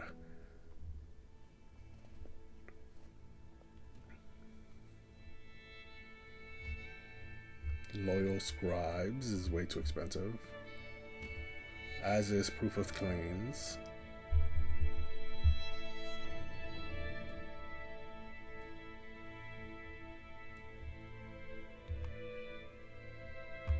Well, I think I said I wanted private tents. I remember that. Makes my intrigue schemes faster. It also makes followers like me more.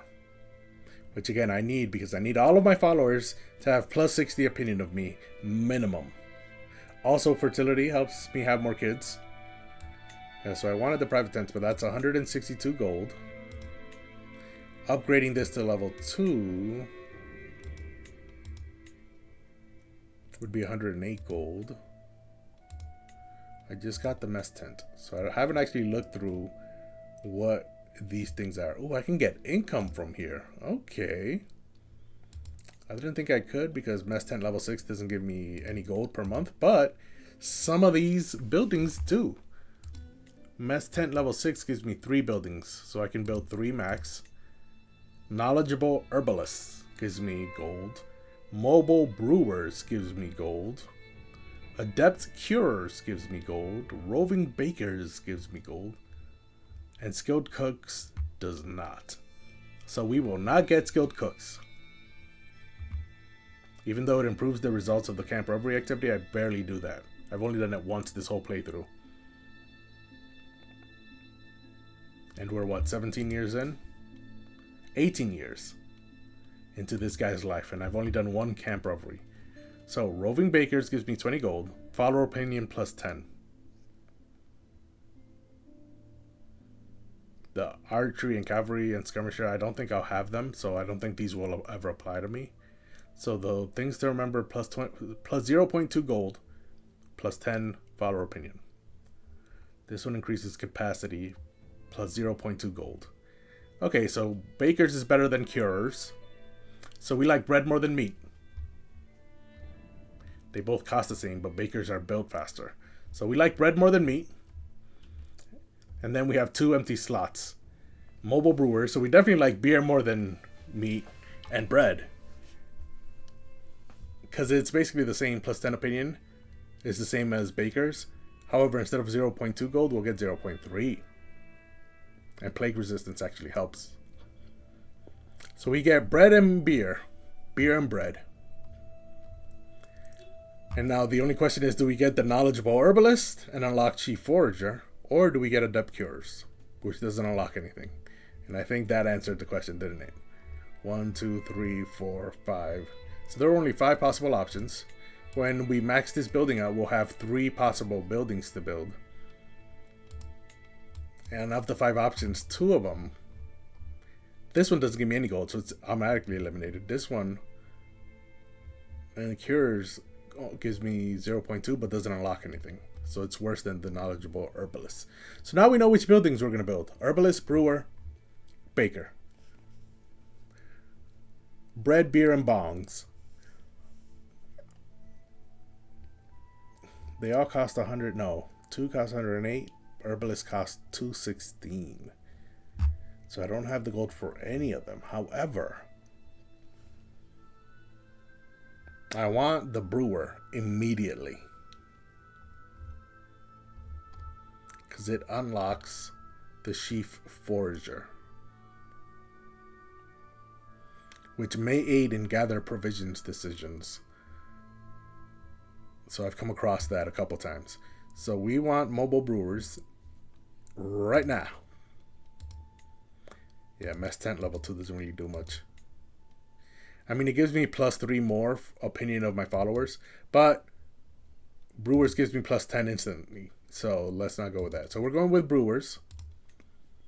I already checked the baggage train, did I not?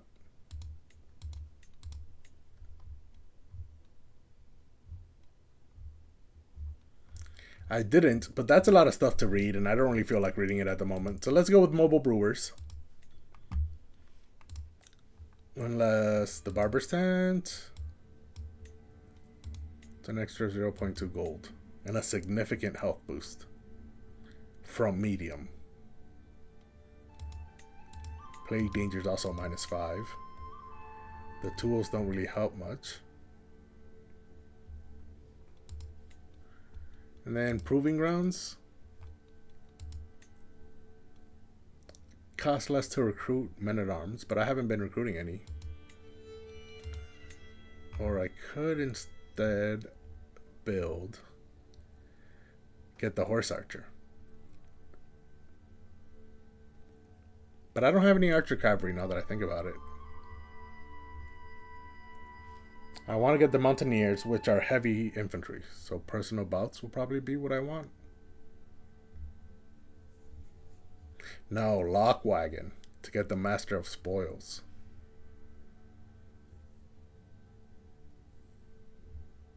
Martial study?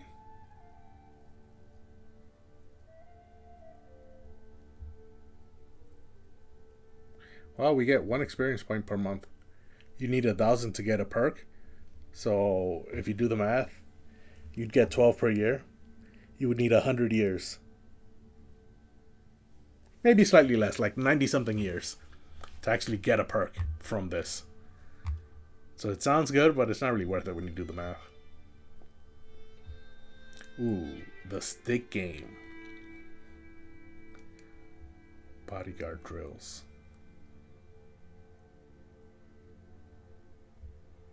The stick game is good.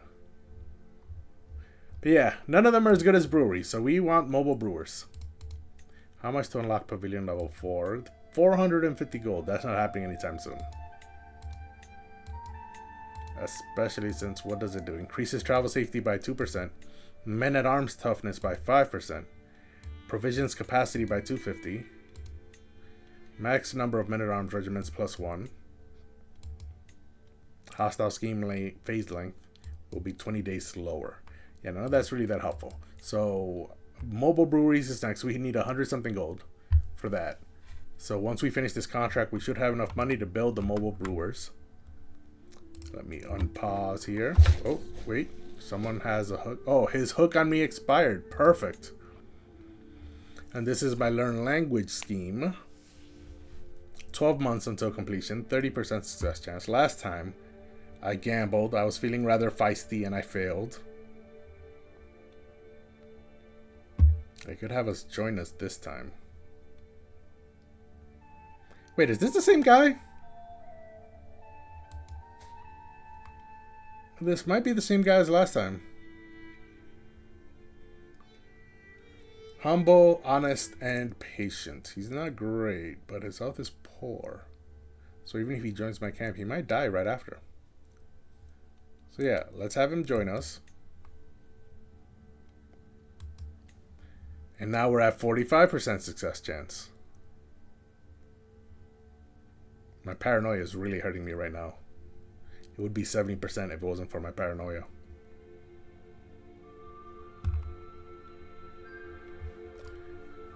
Okay. We're at 5 speed. 10 days into the next phase. Okay, who's pregnant now? Rasala Devi. My second child. Both from my second wife. Because she's my lover. I tried romancing her to make her my soulmate, but she did not like that. It failed. Meanwhile, the child is still 0. Ferried appreciates the freedom of life on the road and lost 10 stress. Well, good for you. The art of delegation. Kangorn has his court and I have mine. We've seen this before. We can either have... we're going to rob him blind. Right? And they can rob while he's preoccupied. It's always nice to know you have people you can rob. Yes. So I can have my followers rob him blind. And we can have Dawa take the blame? Huh.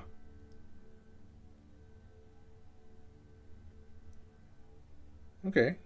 It's an extra 15 gold I'll get from him. How much gold does he have? He's now 196 in debt. Why do I always rob from him? He's always been in debt. Last time I checked, I remember he was also 196 gold in debt. Too risky, we'd better not. I'd lose 30 stress, but the only stress I have is the 14 I just gained by having that guy who speaks the different language join my camp. Intrigue challenge, 97% chance of success. I mean, what are the... I was going to say what are the chances I fail, but I know what the chances are. It's 2%. But as long as Dawa takes the blame, my officer won through, so I gained an extra 15 gold. And this guy lost 50 opinion of Dawa, my stooge. That's why Dawa took the blame, because she's my stooge. She also lost 20 opinion of me because she's angry, but she's still at 100. But yeah, blame the stooge. Temptations of the purse. Okay, this is the same as last time. We could settle for the money we're getting from him just by sweet-talking him, or we can rob him while we're at it. Doubtless we can ring out an early advance. 88% chance. Because it's a diplomacy challenge. Or pin a blatant theft on Dawa. Another diplomacy challenge, but there's a 95% chance of success. And he loses 50 more opinion of Dawa. And she'll lose 20 opinion of me. Or a prowess challenge, we scale the walls. That's not going to work, 67%. Or we can keep this relatively honest and lose 30 stress, but I don't care about that. I don't want to pin the blame on Dawa again, but it's a 95% chance of success. If we can ring out an early advance, and I talk going into a generous gift, it's only an 88% chance of success. So yeah, let's do the perfect crime here. Sorry, Dawa. And it worked. I got another 50 gold from him. He lost another 50 gold from Dawa, and Dawa lost 20 opinion of me, but she's still at plus 100. She's angry, which gives her minus 2 times. She's angry twice, which is a minus 40. But I have way more than plus 100, so she's still at plus 100, even with that minus 40. Okay. I think one more phase should get me to 100. It'll get me to 5 advantages. And if it doesn't get me to 100, then I guess we'll have to do one more phase after that. But there was something else I wanted to do. I just can't remember what it was now. Let's unpause. That got me to 98.5%. One more phase was needed. The corridors of power. The food of Count Gon of Mainling's residence in Mainling is excellent, of course, a far cry from the usual rough and ready fare that I'm so used to. I'm very glad you could answer my summons, Gon says, gesturing in my direction. I'd like to see if there's anything we can do to help one another. After all, there are certain times that a man of my stature can't quite get as down in the muck as certain jobs require. Well, gold never goes amiss. He pays me 14 gold to get a weak hook on me. I'm not sure that's worth. Some more of this food will do plenty. He gains 86. I gain 86 provisions, and he gets a weak hook on me. And I get stressed out because I'm ambitious. So he's going to get a weak hook on me either way. I might as well take the gold, because my ambition doesn't stress me out about getting gold. Now he has a favor hook on me. I have 5 advantages, but I need one more phase so I can get to 100%. Am I at 100 now? Yes, I'm at 100. So let's execute. Seize the moment. And of course it was a success. He lost 60 opinion on me. Now he's at minus 100. He was already pretty bad to begin with. I don't know why this guy keeps giving me this contract. What lovely gifts Count Gon gives when he's in the mood. Yep. Same thing we've seen before. 2 times before. He'll figure it out shortly, or someone will finally manage to explain what's happened to the good Count, but it doesn't matter. We got ours, and we'll be off before daybreak. Poor Count Gon. And I have 268 gold from all that, so we can build the brewers. No, it was in mess tent. We can build the mobile brewers. That'll take 8 months. And we still have 160 gold. Let me see. Ooh, we only have 3 complacent followers now. And she's at plus 51, so she's almost at plus 60. Is there anyone at risk of falling? Wozer, plus 63. He's close to falling under 60. But everyone else is good.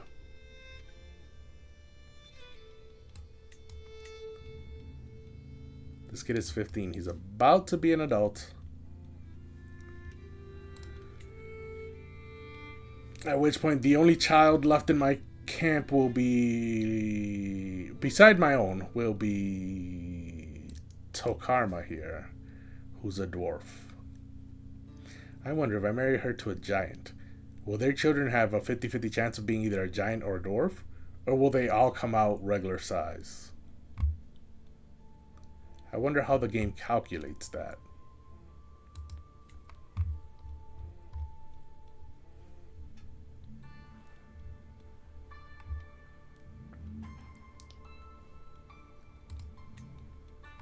Anyway, I have 160 gold. I will save that 5 months until this completes. I will save that gold for when I get... Oh, that's what I wanted to do. I wanted to look at my followers.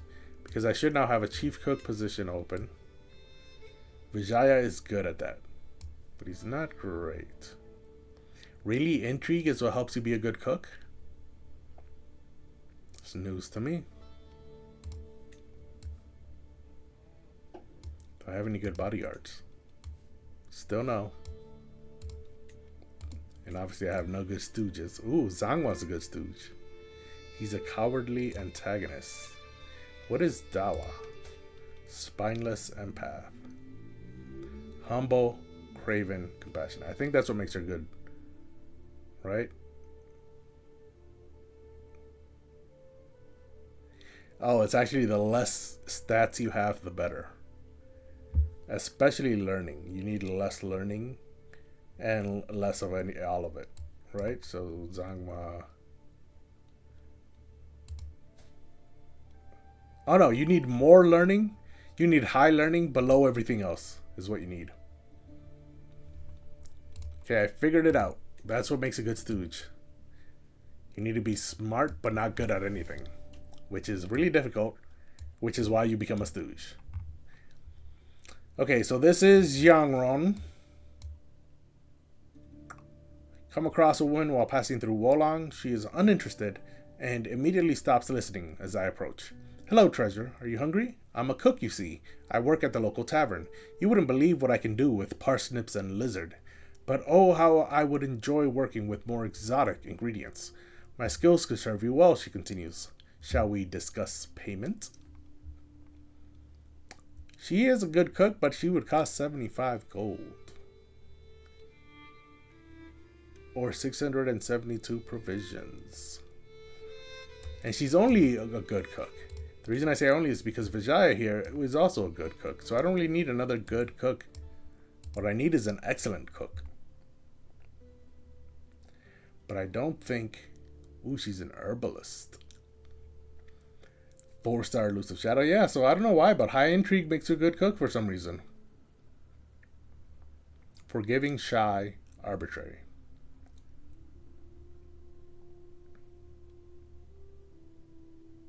I have no idea why high intrigue makes you a good cook.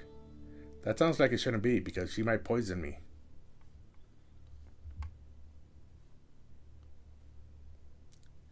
But no, we will not recruit you. Hit the road. Fortified knowledge. The high altitude and the brisk air of Lunze has a very refreshing quality as we traverse the local hill fort. The soldiers in the valley below appear to be practicing some rare type of training technique I haven't seen before.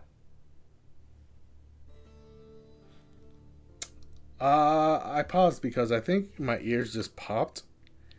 The volume, I don't know if you guys can hear it, but the volume to me sounds like it just got half as low. And I had a little ringing in my ear that just went away, but yeah, I can barely hear the music now. Okay, my desktop audio says that there's no music playing at the moment. That's good. I thought I went deaf for a second there. Let me drink some water. Hopefully the music comes back while I'm drinking.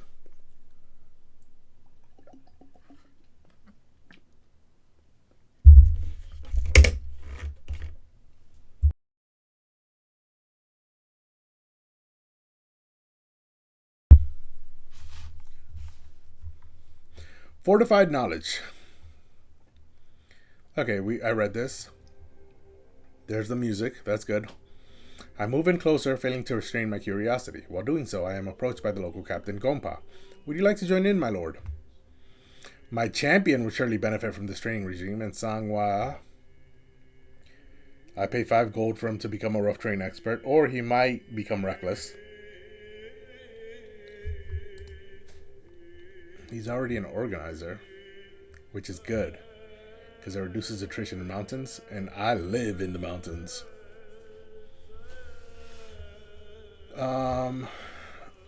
Unfortunately, we're in a hurry. I mean, it's only 5 gold, and regardless of which one he gets, it's still an extra trait. So let's pay the gold, see if he becomes an expert. No, he became reckless instead. And Rasala Devi gave birth to another son. This one is named Pungse. May you grow strong. May you grow to be strong and wise, my son. And this one did become intelligent. It's unfortunate that he was second instead of first. I would have liked my first child to be intelligent. But nope, my first child is just quick. He is a thinker. But that's fine, Pungse. Strong and wise and all that.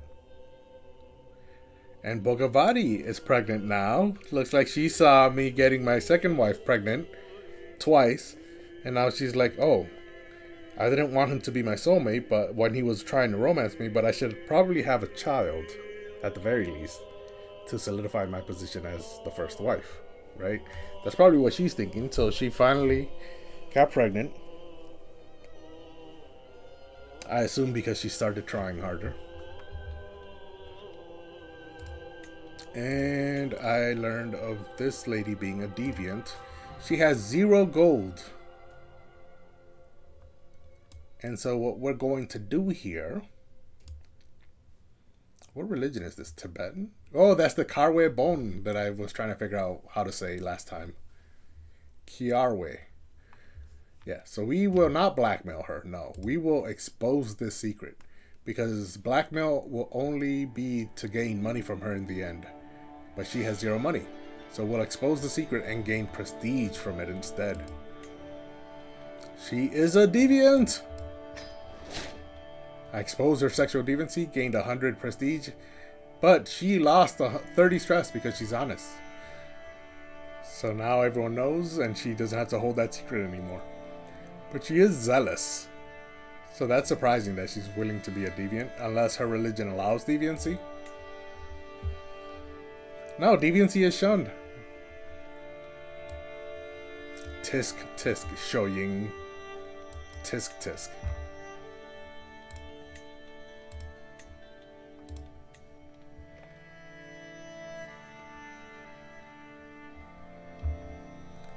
Okay. We are going back to camp. Hearsay! The door to my tent opens, and Rinchen stands right in front of me. With a subtle bow, he starts. I apologize for interrupting you, my lord, but I bring news that may be of your interest. I was resting at the Golden Princess, drinking with a group that revealed themselves as servants of Prabhu Tenzin Gyatso. They had no qualms about talking about their liege. What of him? I asked and managed to learn of his secret for your benefit. So I could ask, what were you doing in the tavern? And I get a strong hook on Rinchen because he's licentious. But I wouldn't want that. He has 2 gold. And he's my follower. I would much rather gain a secret on this guy who's a noble and holds some land and has 93 gold. So even though it's a strong hook, I would much rather he tells me of the Prabhu's secrets. I could gain piety, but come on. I'm an intrigue character. I want the secrets. He'll tell me at once. Child heritage. Oh, hold on. Let me pause. It was on 5 speed, so like a month and a half just went by. But yeah, child heritage secret.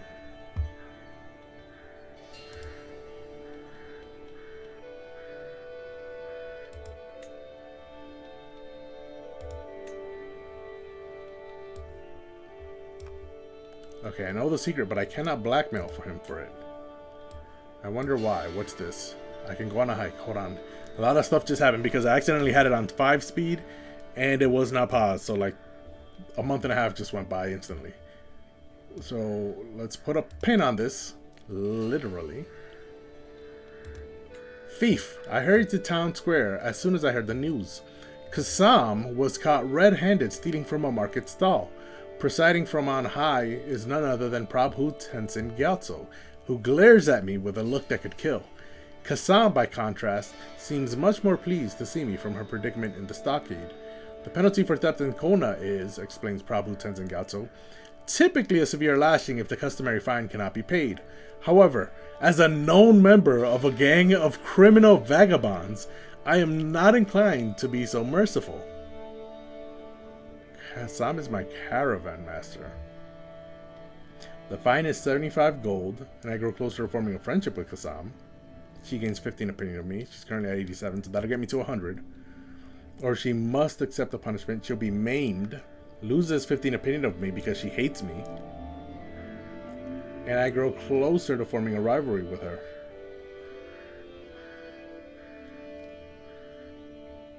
That's not good. He can get a weak hook on me and I spend 350 prestige, but I get stressed out because I'm ambitious. Or a prowess challenge and we demand a trial by combat?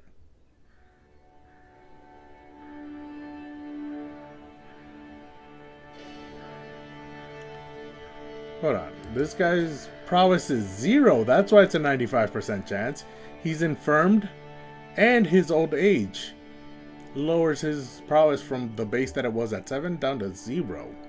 Meanwhile, Kasam's is 12 And mine is 15, so I don't know which one of us would fight. I think it's Kassam that would fight. Because if we fail, which is a 4% chance, Kassam gets maimed. But yeah, we're going to go with trial by combat. We are victorious in battle and Kassam is absolved. So she gained 15 opinion of me and we're closer to being friends. Meanwhile...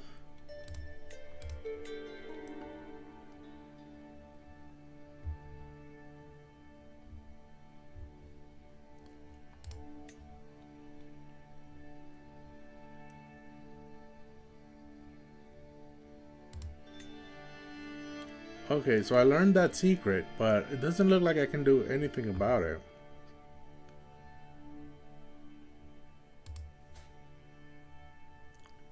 Her daughter. She has 3 children and she's not married.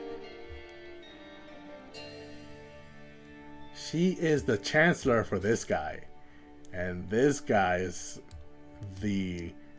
So she is his chancellor. She is also the mother of his illegitimate daughter. Chuki. Which one is Chuki? The one that was just born. But I don't have... I cannot blackmail either one of them.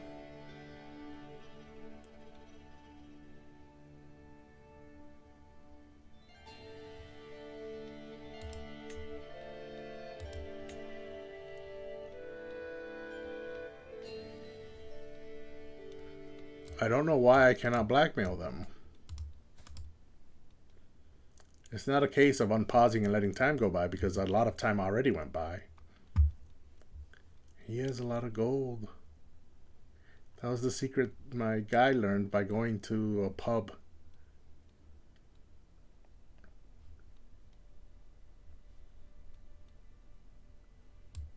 Yeah, let's just expose this secret then.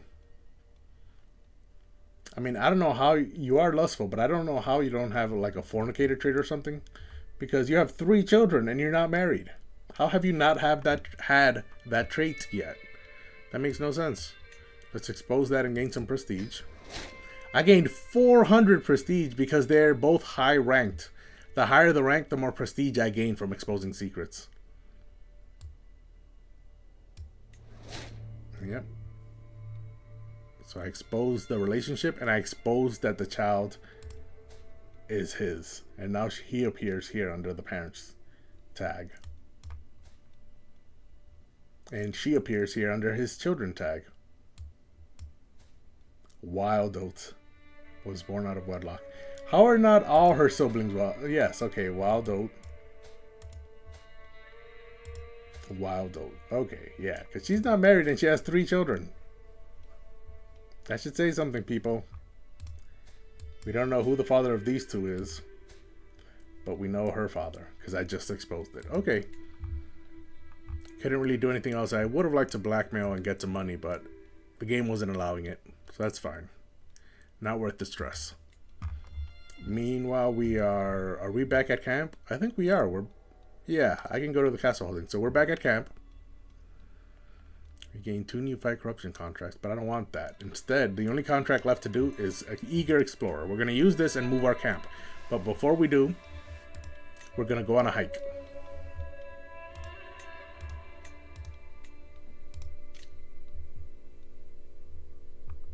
May gain Wise Man or trade experience. Do I already have Wise Man? I do not have Wise Man. Okay.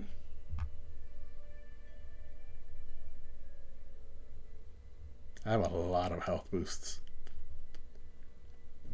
And I haven't even tried to go down the learning focus tree to get whole of body, which gives you a whole bunch of health boosts itself. So I'm probably gonna be good for a while. Let's make my second child here my ward as well.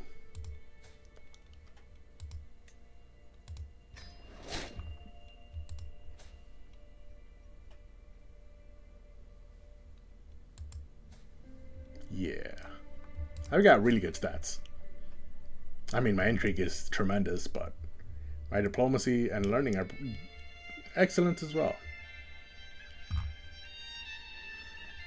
And my prowess. Okay, so now we're going on a hike. Get some fame, make people like me more, lose some stress. I'm not stressed out.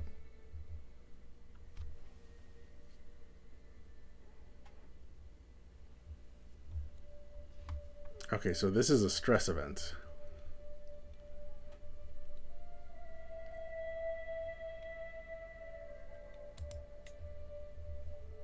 Piety and legitimacy. Okay. So I don't actually need to at the moment because I have no stress. Well, I have 2 stress, but that's nothing. And so with that 160 gold, instead what I can do is build. Oh, 3 months for the brewery. Okay. Instead what we can do is enter the castle holding.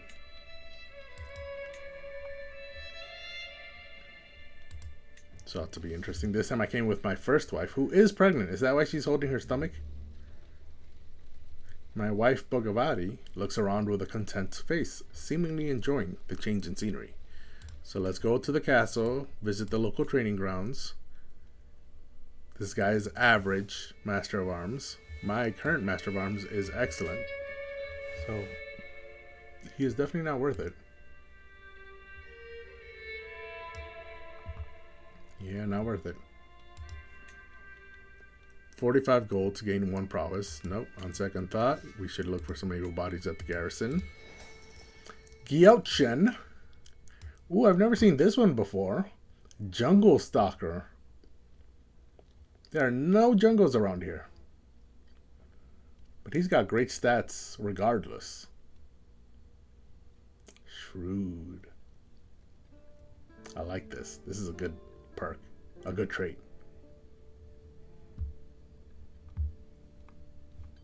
How expensive is Gyelchen? 126 gold.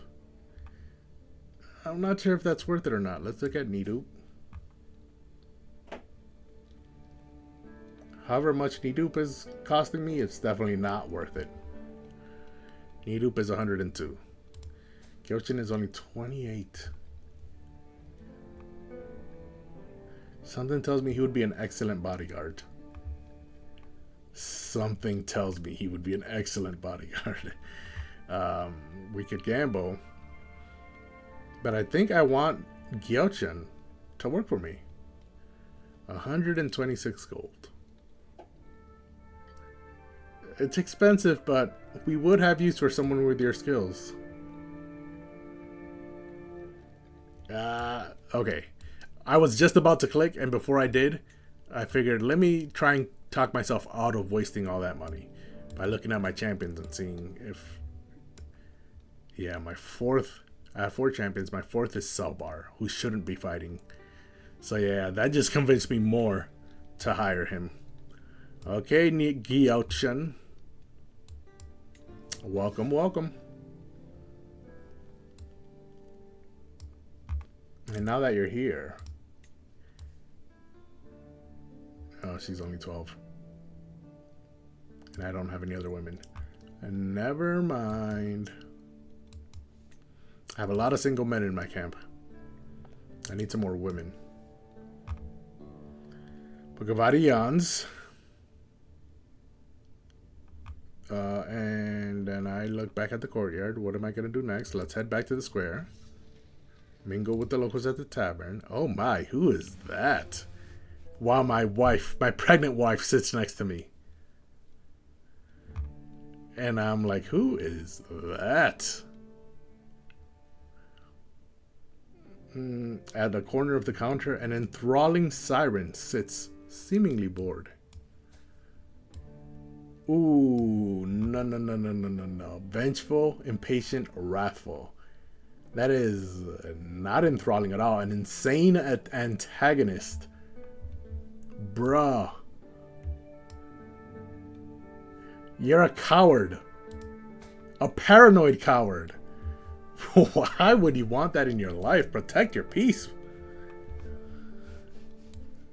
I mean, let's go and talk. I am intently observing the siren sitting herself down at a nearby table. The tavern owner called her Menmo, didn't he? She looks puzzled as I approach her, possibly because my internal turmoil is as clear as day on my face. Why would this bother me?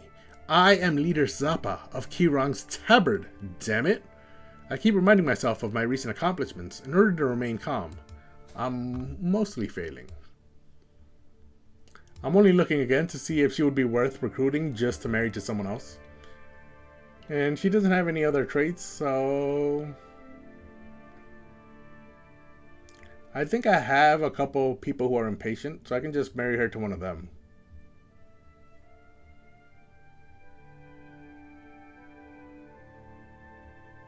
Yeah. She cannot marry someone who is patient or zealous. But other than that, she's fine. It's okay, as long as the insane antagonist isn't in my tent, it doesn't matter if she's in my camp. How about I buy you another mug of spiced wine? And I get her drunk and she joins my camp. I'm not sure if that's willingly or not, but okay. I don't think I want to waste the 15 gold. Do you have a map? I just got lost in your eyes. Intrigue challenge. 85% chance she's charmed. Wow, her intrigue must be high then. No, it's only at 1.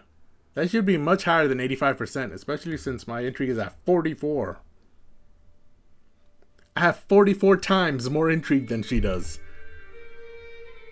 So why is this challenge only at an 85% chance? Oh, and if I had the seducer trait, I could take this somewhere comfier.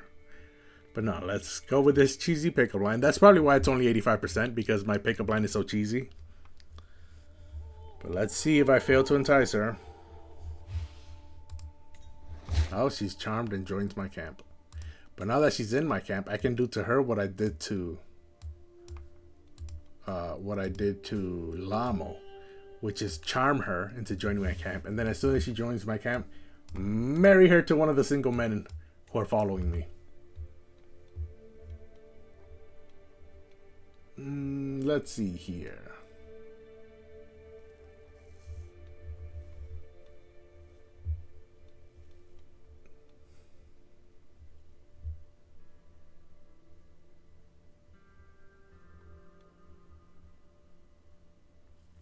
Is this sorted by age? It is, I think, sorted by age. Gongzin Memba. Cynical, coward, callous. No, I remember there's someone who matches with her, although he is comely. It would be nice to have some comely children. So he's the first option. Let's keep looking to see if there's someone better. Bones a Bleeder. We don't want him married to anybody.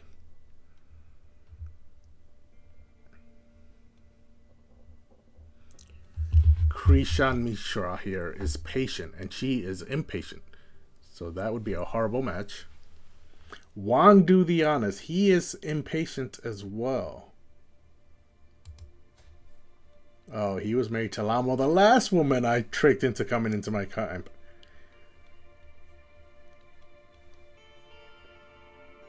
But he's already been married once. I want her to marry someone with a congenital trait so that it gets passed down. Zhangwa would be good, but he's only 20. I can wait before marrying him off.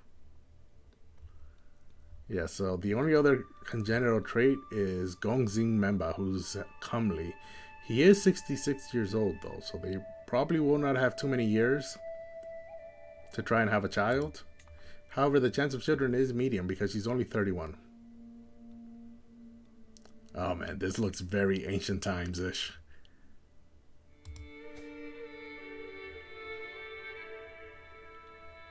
She's 31, he's 66. Look at them. Just look at them. Look at the difference. Just look at their faces. By their faces, you can tell what they're thinking about this marriage. Look at this creepy grin on his face. Look at how peeved off she is. I'm sorry. It's in the best interest of my camp. House member. He probably founded this house, didn't he? Yep, he's the only member. He's a witch and a torturer. But he's a coward. A cynical, callous coward, but a coward nonetheless. And she is wrathful and vengeful. So even though he's a torturer, she'll probably have more say in this relationship than other people might think. So let's send that proposal. Hurry up and have some kids. He's about to die soon. So hopefully he dies after she gives birth. That way the child will not be converted to witchcraft. Then again, I think my religion allows witchcraft, so that's not actually too bad of a thing. Yeah. If you take away the fact that witchcraft is shunned by most religions, the witch trait is actually not that bad. +1 to intrigue, +1 to learning, -1 to diplomacy. There are much worse traits out there.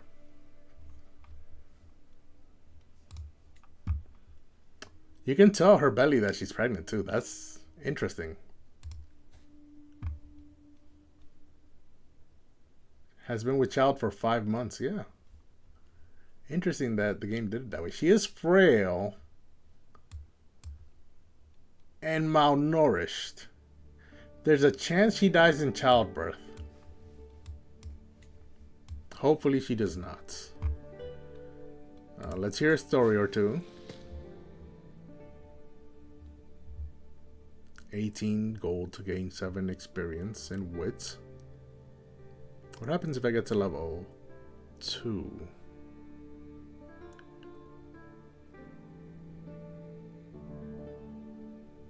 +1 in diplomacy. Army movement speed goes up.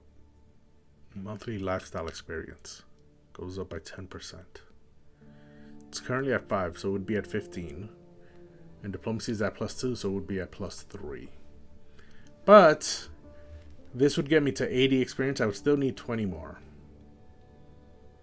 I could, on the other hand, lose 8 stress, but I have no stress. So yeah, this is the only option. We'll spend that 18 gold. And then let's use up for recruitment. We have Gajnarayan, the Principled. Callous, but he is just and trusting. 4-star Grey Eminence. Not bad. Not bad. How much? 95 gold. Then there's Tsewang the Humble. Ooh, 20 learning and a wise woman. Humble, forgiving, gregarious. She is really good. How much for Tsewang? 132. Yeah, that makes sense. Meanwhile, there's Shime, the patient. Patient, arbitrary, and lazy. 16 prowess, which really doesn't help. She's a hunter, but I don't have the huntsman job. Yeah. She's not worth it. 137. She's the most expensive, even though she's the least that I would want. Gajnarayan. No. Sewang, she's 69. This is not worth. On second thought, let's head back. And did I recruit someone? I did. Okay, so the last thing is supplies. Let's see if we can steal some supplies now. Her name is Yum, and she sells the yums. Just another guy. Welcome. She for the streets. I'm not sure which one that was referring to. I don't think it was for Yum.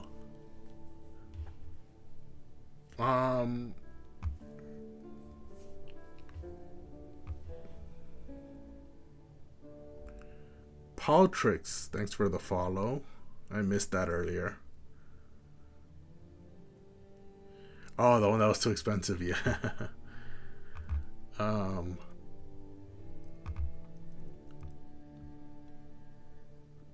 I can't remember if that was Sewang or Chime. But one of them. So I can either buy these provisions for 86 gold, which I do not have, or I can steal. 85% chance. And of course I'm going to do that. And I successfully stole 475 yummies from Yum. And I'm not going to sell my artifacts. I could go to the town crier, get some new contracts. 2 intrigue, 2 criminal. Yeah, let's get the intrigue ones. It'll cost me 75 prestige, but I have plenty of that. I have 2675 at the moment. How intriguing. Let's head back. And I'm done here. Back to camp. Go away, Yum. Now I have 2 new... I should have 2 new intrigue contracts. Where did they go? Oh, the game did this last time. It ripped me off. I lost that prestige for nothing. It can't be fight corruption because these are martial challenges. Oh, that's unfortunate. I just lost 75 prestige, which isn't really a big deal, but I would have liked to have 2 new intrigue contracts. The intrigue contracts are good.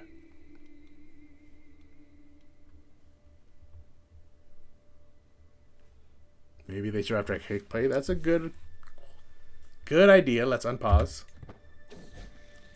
Oh, I failed this scheme again. It is impossible to learn the Magahi language. Okay. I admit defeat. This is the second time I failed learning this language. I'm not doing it again. Let me pause. No new contracts. I do have this one up here, supportive action. But no new contracts. That's unfortunate. It's probably a bug in the game. That's fine.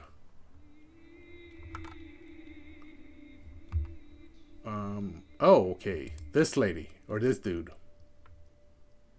I already blackmailed you. We're good. This lady... I already married her off, so I no longer need her to be pinned. Mobile Brewers will finish in August. So we can close this menu now. And it looks like since we couldn't get any new contracts, we're just going to go do the Eager Explorer. I have no stress, so I don't need a hike. Is everything equipped? Everything is equipped. Okay.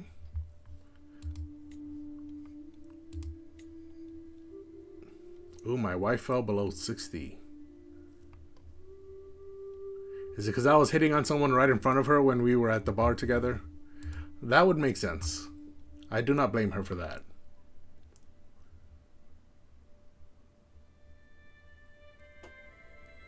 Rebuffed advances. When did this happen? Oh, she rebuffed my advances. This was a while ago.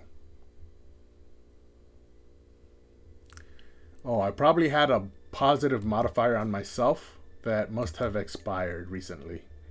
That's probably what happened. Okay, that's fine. How many months are you? Still 5. Okay, since I don't have any schemes at the moment, let's try and sway... Not my wife. We're going to sway Wangdu the Honest. Your wife died, but you didn't have any children. I already gave you a chance. I'm probably not going to get you married again. So let's sway you 10 months. Try to get you close to 100 opinion of me. And I'm not going on a hike. That is not happening. Settle boundary dispute. Test stewardship, but other options will depend on what the issue is. Okay, so I haven't done any settle boundary dispute ones yet. I did do a fight corruption one. I didn't like it because it was a martial challenge.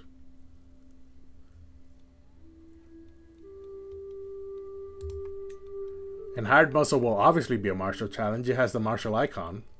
And these would be stewardship. It has the stewardship icon. But martial and stewardship are my worst stats.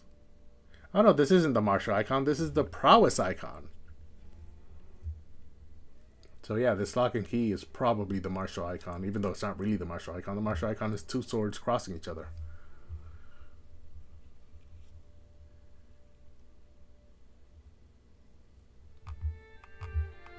Oh, hold on a second. Hold on. I just noticed that the bot timed you up for nothing. How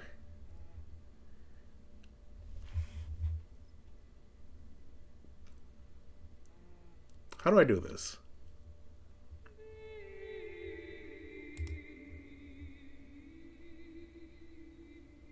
There. I think it should be good now. The bot's a little sensitive, but that's fine.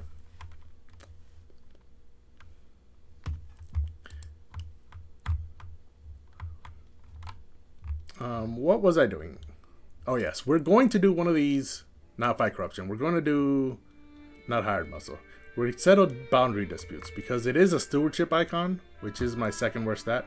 However, the description says the contract is guaranteed to test stewardship, but other options will depend on what the issue is, what camp purpose you have, your followers, and your officers. And my camp purpose is explorers, which gives me more diplomacy and intrigue contracts and more transport contracts. So let's see if I do one of these, whether I'll get an intrigue challenge. Wanderers of good breeding. Experienced arbitrator is sought by Ritzi's Pa of Zemgang to settle boundary dispute. Education in Bumthang law would be helpful, but even satisfactory aid shall be paid. Okay, so we've done a contract for them before. So she should already be in my role of patrons. Who is this? Ritzi's Pa Lemo. Ritzi's Pa Lemo. So let me ask something of her and then do a contract for her. So she could give me 24 gold, but loses 40 opinion of me. She's already at plus 100.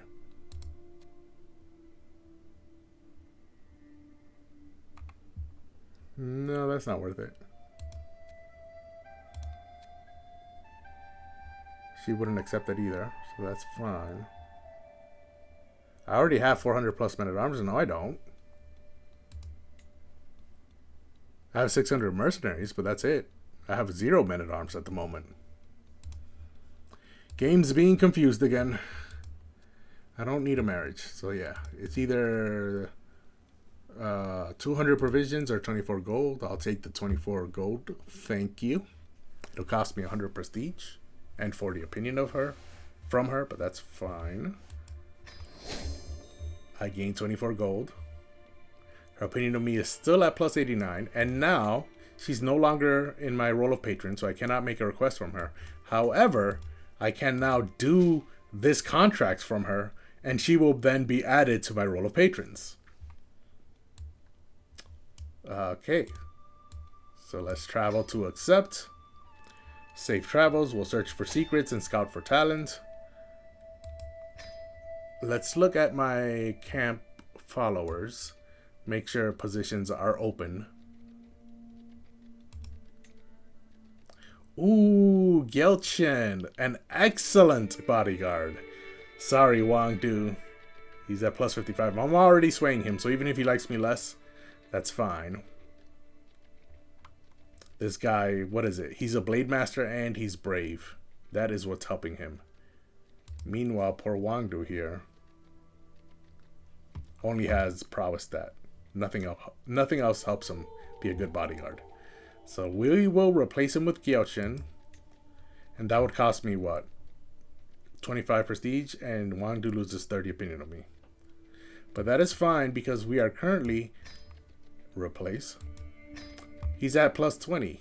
So he lost 25 opinion of me. Wait, he lost 35 opinion of me. That's not what you said, game. You said he'd lose 30. Oh, he did lose 30. So where did the other 5 come from? I don't know.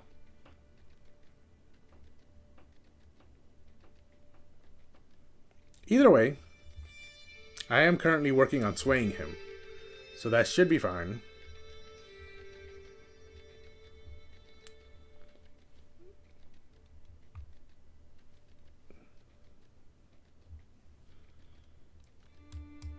And now we still have a bodyguard position open. So when we scout for talent on our travels, we should still have bodyguard people applying. And we should have chief cooks applying. Excellent, excellent. We still have 3 good people, but now we have 4 excellent and 2 open positions. That's good. Well, that's excellent, actually, not good. Excellent. So now we will continue on our travel to this new contract. Unpause. Let my little horsey go. I'll drink some water while he's traveling.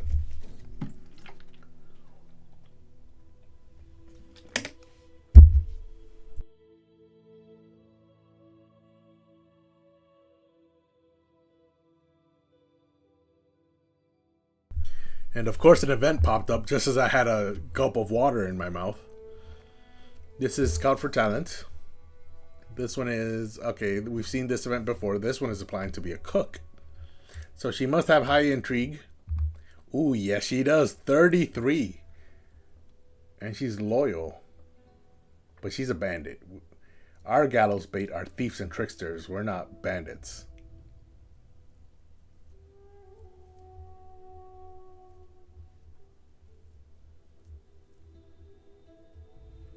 So, yeah, she does have schemer. She is loyal, so that's nice. She's actually not bad. I mean, she's really good. She's got 33 intrigue.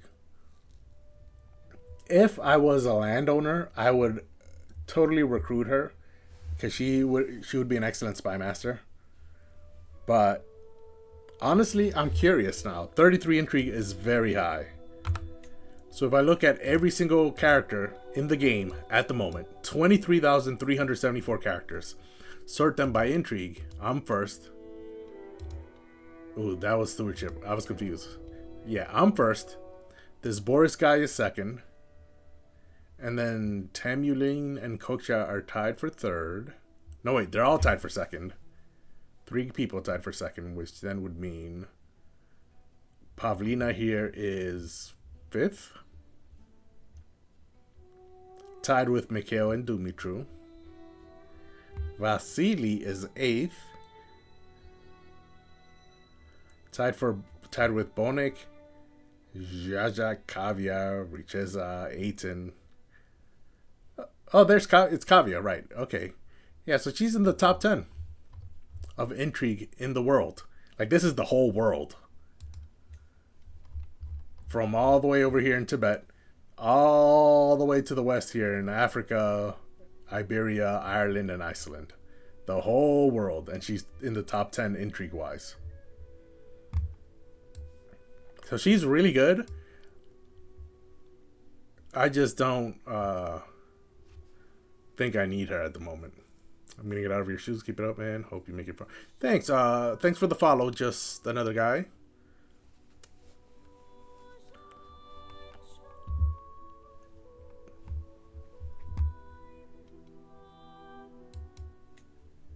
So we are not going to recruit her.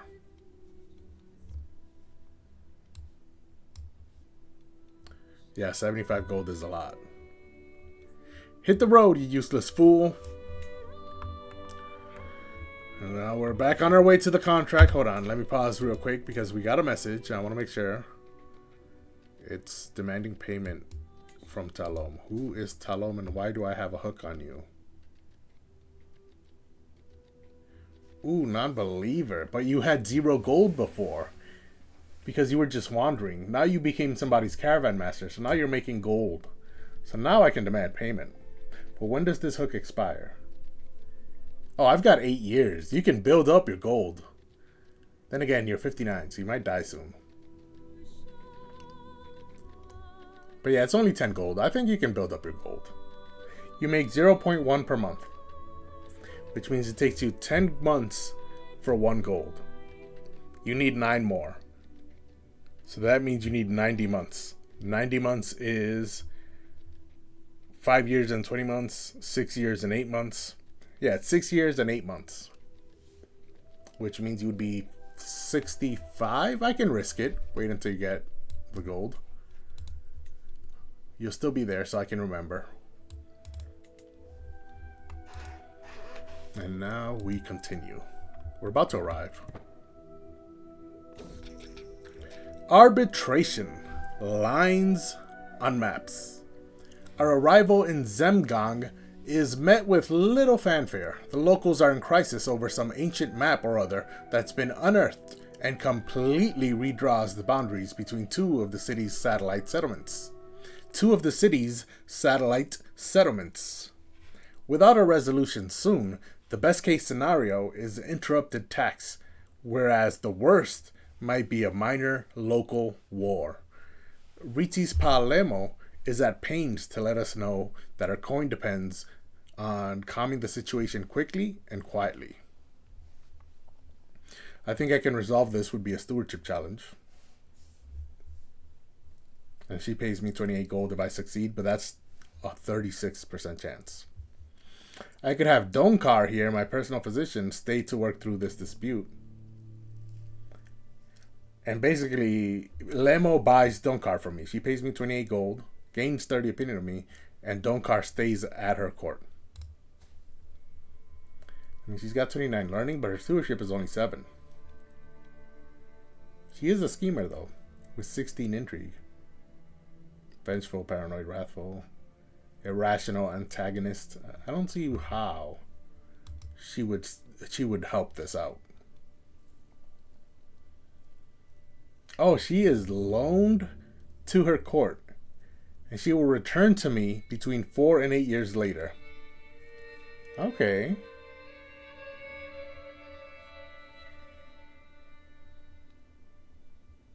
Oh, if I had a master bard, I would get this option, but I do not. I can solve anything by putting my mind to it. This is no challenge. It just ends the contract just like that. Without the stewardship challenge, I'm not sure why this is the case. But hey, if it's 100% chance of me succeeding, I guess I'll do it. I'm confused as to how I do it, but I'll do it if it tells me I can do it. Arbitration success. After hours and hours of debate, accusations, and occasional threats, I eventually identify several key indicators that the map is likely a forgery, and therefore worthless.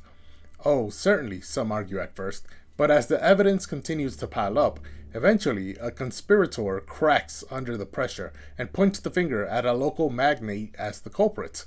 A simple arrest later, and Zemgang has something new to gossip about, whilst the satellite settlements are forced to back down from one another's throats. With tensions diffused and things well on the way back to normality, Ritis Palemo gratefully hands over our coin. Another happy patron.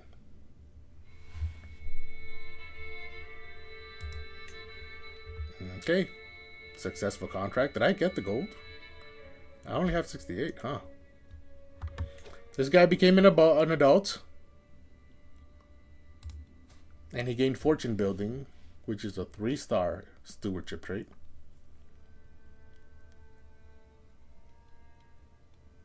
Zealous, arrogant, and patient.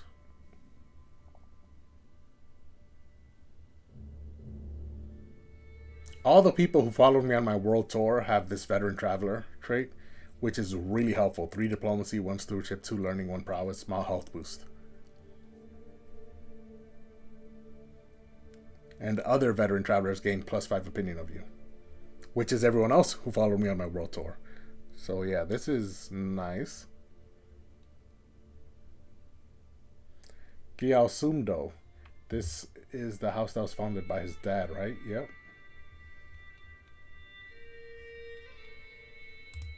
Shanglong, who had 27 learning and was quick. I was hoping his child would inherit that. Oh, Shanglong died as well? Oh, yeah, he drowned. He was married to Lamo.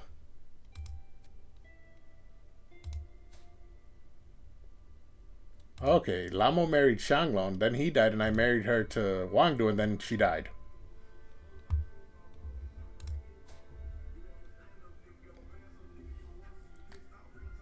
So he still had a stepfather. He was not an orphan.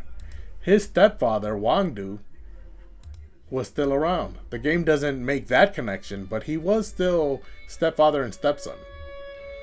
So he wasn't alone in camp, at the very least. And Wangdu here is the honest. So while he may be impatient, he's also honest. So he probably raised them, right? Or at least raised him and didn't just abandon him. Okay. Okay.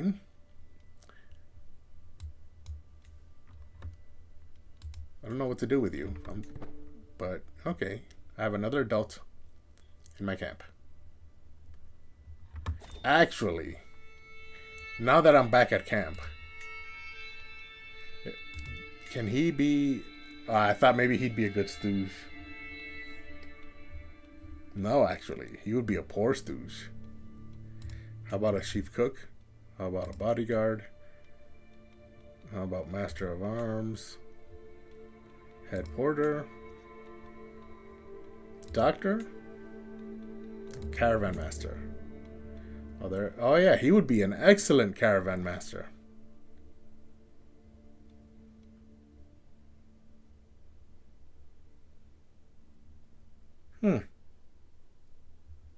Learning and stewardship help that out.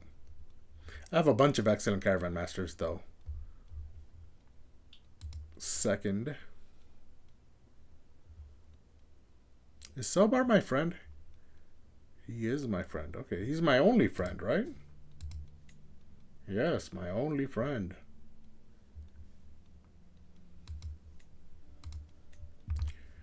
Okay, I'm back at camp. I did like that. I guess I could do this one too. And then I will go on to Eager Explorer and move my camp. But before that, I do finally have some stress.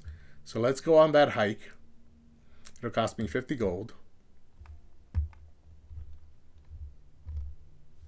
Let's see, where can we go? This is 2 pluses because it's mountains. Same for here. Same for here. Same there. They're all 2 pluses because of mountains. So if that's the case, let's just go somewhere nearby. We'll do it right here in Kona. Search for secrets, scout for talent. My caravan master is coming with me, even if I don't want her to.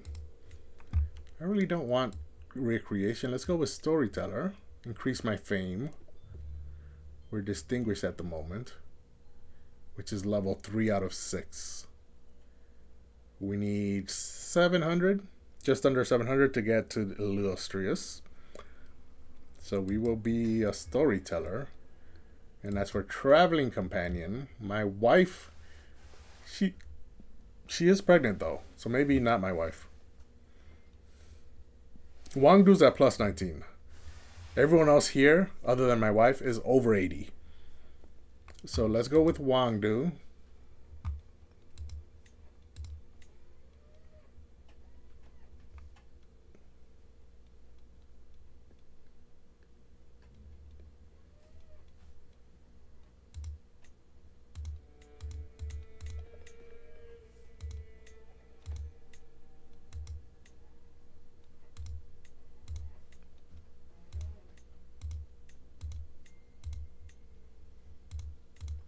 Okay, Wangdu. And then a short hike is the only thing we have access to. We need another perk to gain long hikes. So this will cost me, what is this? What is all this? Close that. Start the hike.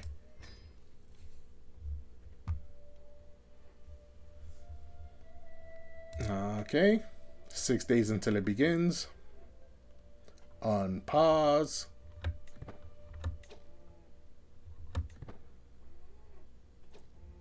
There's Wangdu. My retinue and I have finally arrived at Kona, and just for a moment, I am taken in by the view. I look up at the towering mountains surrounding us, with their lofty peaks seemingly reaching into the heavens. At last, I can leave all those past struggles behind me and just focus on finding a moment to unwind, a chance to set everything aside and truly relax. What of you? I lose 8 stress. 2 months until the hike ends. I gained 31 fame because I found nesting birds. I found wildflowers and gained 62 fame. A night to remember. As we settle in for the night, we see the whole sky light up with We see the whole sky light up with stars. It's one of the clearest nights we have seen since we left Kona. It's quiet, not a sound to be heard, be it from people or animals. It's like the mountains are holding their breath as we are all talking in the night sky. As we are all taking in the night sky. I should go to bed and get rested for the morning, but maybe I can stay up for another hour or two. I will remember this as long as I live. I gain 93 fame from my storyteller perk, and I lose 23 stress. Nice, nice. We're down to 48 stress. I came across a fantastic view and gained 93 fame. I saw a standing stone and gained 93 fame. The breathtaking view. We continue up the slope slowly, one step at a time. It has been a long day, and I can feel my thighs burning. I'm only trying to focus on putting one foot in front of the other at this point, when one of my guards helps me the last couple of steps. Suddenly, we find ourselves on a ledge, and I can see the valley stretching out below us, a tapestry of green and brown. I had completely missed how far up we had come due to exhaustion and the strain of the journey. But now it is all worth it. What a sight for sore eyes and legs. My storyteller perk gives me another 62 fame. I found a vibrant feather, another 93 fame. I found a natural arch in the wilds, another 93 fame. 2 weeks until my hike ends, but the breweries have been built. And so now I'm making 1.2 gold per month. 1.3 from the building, and then I'm losing 0.1 because my doctor is doing advanced research. So where are the breweries? Mess tent. Then if I upgrade this to level 2, I do not have the gold for it. But I will upgrade it to level 2. Oh no, I need to upgrade it to level 3 to get the next building. In that case, how about I build the private tent? Increase the fertility around here. Get some more babies. 162 gold. That's a lot of gold.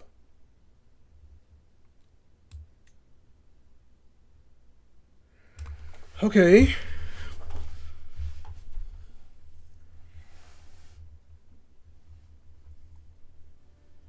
Maybe proof of claims?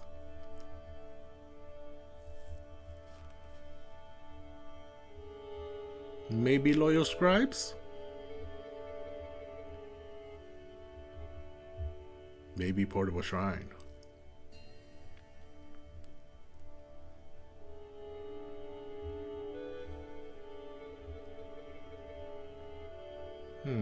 Proficient trackers gives me the huntsman. But do I want the huntsman?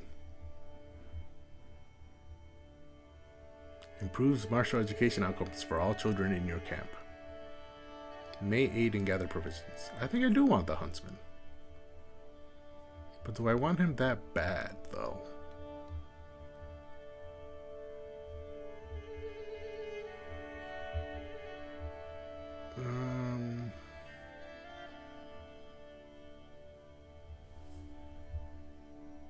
I mean, I want proficient trackers. Kennels would be good. I can adopt the kennel dog, which helps me relieve stress. So that's 2. Siege Engineers is good. That's 3. Portable Shrine would be 4. Loyal Scribes is 5. Proof of Claims is 6.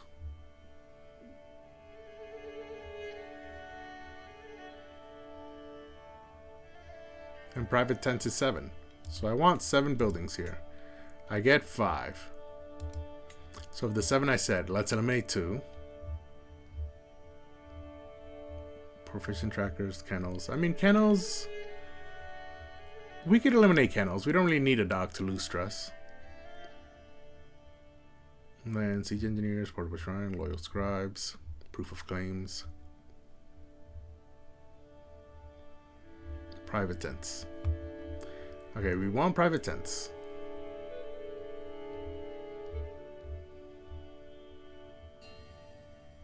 Proof of Claims will give us max +6 diplomacy, minimum +1 diplomacy. And we get the witness officer, which increases our prestige per month. So we definitely want proof of claims. Loyal scribes. We don't do many loyal learning contracts, so that wouldn't help much. But it does give us +1 learning minimum, +6 learning maximum. The portable shrine gives me just +1 learning, but I get a camp priest, which increases my monthly piety. Also increases my learning from 0 to 3.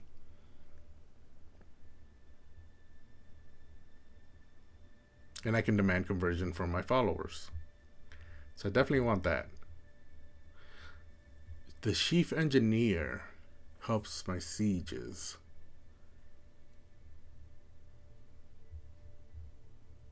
But I haven't fought very many wars.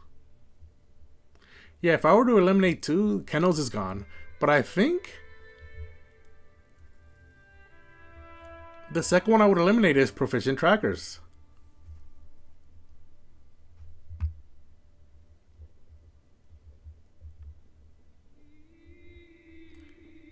Because none of these actually help where I'm at, which is mountains and hills. And the huntsman increases hunt success chance, but the only really good thing I like here is that it improves martial education outcomes for all children in my camp. But even then, I haven't had very many children. So I think I don't actually want proficient trackers or kennels. Yep, okay, so the 5 we're gonna get are siege engineers, portable shrine, loyal scribes, proof of claims, and private tents. Currently I only have 21 gold though, so I don't have money for anything. So the mobile brewers are completed, but I cannot build anything new at the moment. Let's get back to my hike. We have 2 weeks left before it ends. Meeting a stranger. As I wander through the slope, I come across an elderly man perched on a weathered rock at the path's edge. Moments pass in silence as the man appears deeply absorbed in thought before he finally acknowledges my presence. Giving me a small nod, he slowly rises, each movement followed by the sound of creaking bones, and sets forth into the unknown. Wangdu sits down on the aged rock, letting out a small sigh of relief, more interested in a break than engaging with the man. Raksita Sekor. Now, what was he thinking about here in the wild? Oh, I can become a wise man. Perfect. Finally, a chance to sit down and rest, and I lose 23 stress. Or wait, old man, perhaps he has some wisdom to share. A learning challenge against him. 19% chance I gain 250 learning lifestyle experience, and my learning increases by 1. That's when I have a fruitful conversation with him. 41% chance I talk him into joining my court, or a 38% chance he has no interest in talking. Yeah, his learning is 27. Mine is 15. So for a learning challenge, I would hopelessly fail that. I would much rather... He's 78, so even though he's good, if I recruit him to my camp, he'll probably die within a year. Max, he has 5 years left. So yeah, I would much rather get the wise man perk. It seems like a fantastic place to think, after all. 14% chance I gain one of these many outcomes. I can't actually select on them to see what they would be. How about I do this? Yep, there they are. I could get pondering rulership for 5 years. All of these would be for 5 years. Diplomacy +1, prestige +5%. Pondering religion will give me piety +5% and learning +1. Pondering war would help me with battle rolls. Pondering schemes would give me +1 intrigue. And discovery chance +10%. Pondering management will give me 1 stewardship and -5% building construction costs. Pondering travel will give me more travel speed and safety. And then a 14% chance I gain wise man. I thought I would just get it, but no, there's a 14% chance I get it. Yeah, the only bad thing here is pondering war, which would give me minimum and maximum battle rolls +2. Everything else, I'd be fine if I got it. My favorite, of course, what I want to happen is to be a wise man, but even if I get anything other than war, I'd be happy. So let's go with this option. Let me pause. I gained Pondering Religion, +1 to learning, +5% monthly piety for the next 5 years. I rested by a gentle waterfall and lost 8 stress. My learning is 16 now. And monthly piety, I get 1.68 per month. 1.6 from my learning stat because my learning is 16. And then 5% from Pondering Religion is that extra 0.08.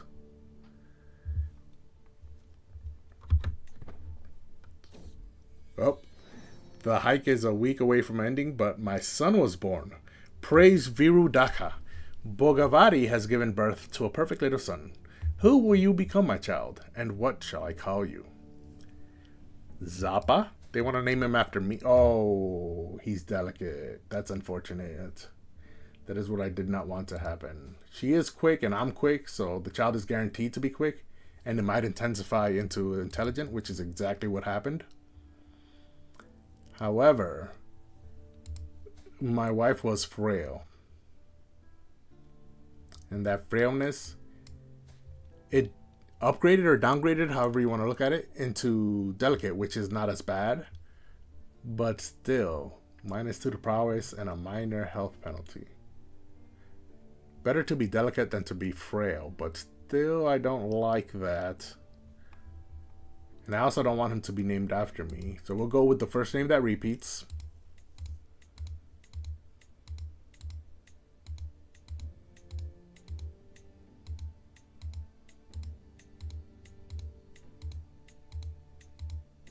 Wait, did Tarjay repeat? I don't think it did. Oh, Wang Chuk definitely repeated. No, actually no, I don't think it did either.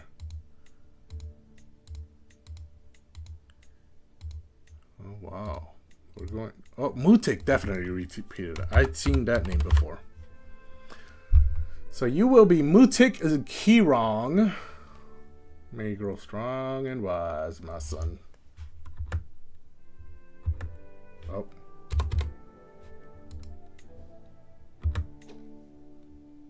And he is not my player, right? Okay.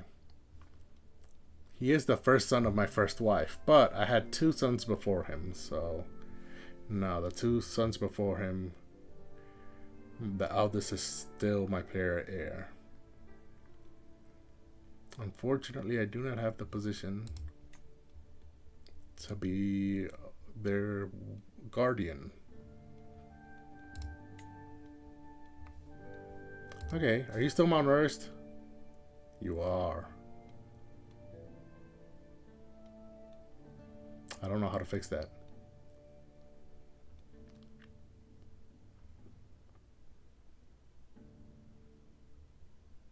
Should I hold a feast? A camp revelry? That might fix it.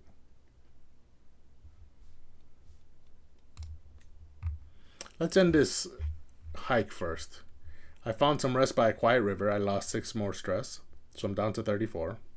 We have a week left in this hike. And we're returning home. With one last step, I finally leave the highlands around Kona. I look back one last time, reminiscing about my journey through the mountains. In this haven, I have found some moments of solace, lightening my spirit ever so slightly. I take a deep breath, savoring the last moments in this haven, before embarking on the journey home. Alas, such is the way of life. I lose 45 stress because I'm a veteran traveler from the world tour. And I think that's all of it. I only have 34. I would lose 45. And I lost... Oh no, that's the Quiet River. We've already been there. I gained 624 fame total and lost 96 stress total. Finished the hike. We succeeded in our storyteller intent. And so our fame... Ooh, yes. We are now just about illustrious. We're 61 away.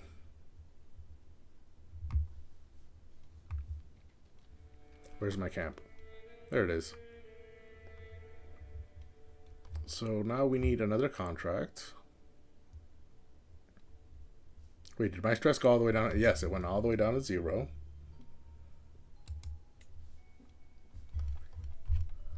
The legends of the world at the moment. There are none. Oh wait, there is one. This is a lake. There is one legend currently happening. Edward the Martyr. Holy legend about Pope Clemens of the papacy. Is his name Edward? Like, who's Edward? Oh well. We don't really have to care about something on the other side of the world. Oh, Goose is falling apart, it seems. That's much closer to home. Same for Zetisu. And Chola broke apart into 2. Andhra picked up the middle here of Chola. Meanwhile, the northern and southern parts became separated. Okay, that is much, much closer to home.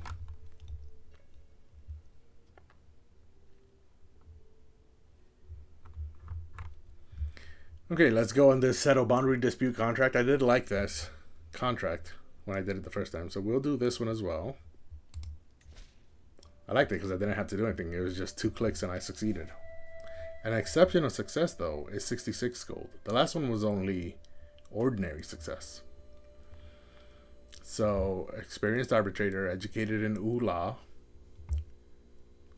but satisfactory aid will be paid. Okay, so let's travel. Make some gold. Search for some secrets. Scout for some talent. Speaking of which, do I have any secrets currently? I do not.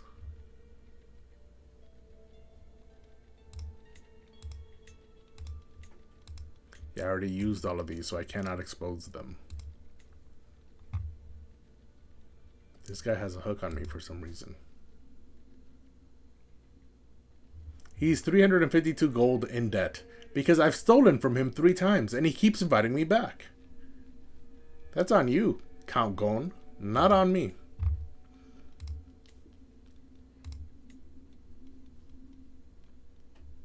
Okay. Ooh, I have a chief forager now. Selbar is excellent. But he is currently my second. So I would make Sangyeka my second instead.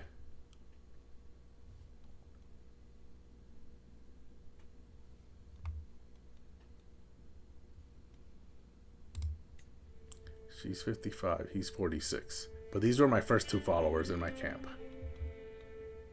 She is honest and compassionate, so I would like her to be my second.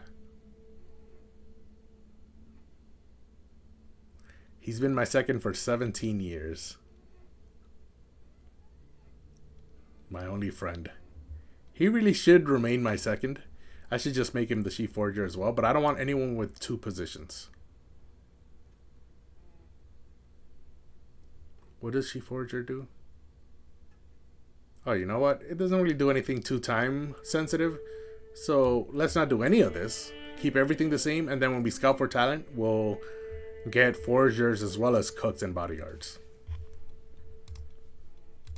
So let's just continue on our way.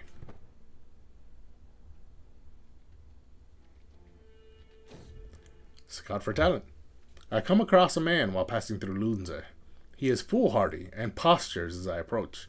Hello, my name is Lucky. I know how to rough folks up. Real good I am at it, too. Knock the stable... Okay, we've seen this one before. He wants to be my bodyguard. He'd be good at it. I can pay him 75 gold, 672 provisions, or tell him to hit the road. You useless fop doodle. Whatever a fop doodle is. I like that he's handsome. However, 15 prowess, only 8 martial. I think he would still be one of my champions. He would push the 4th place guy out, right? Yeah, 15 prowess. Gyauchen, Zhanghua, and yeah, he would push Wangdu out.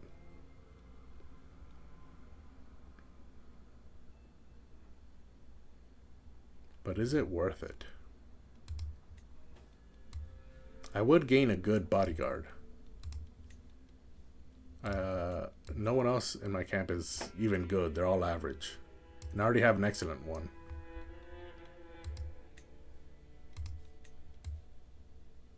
And he is handsome. I can get that trait in my camp.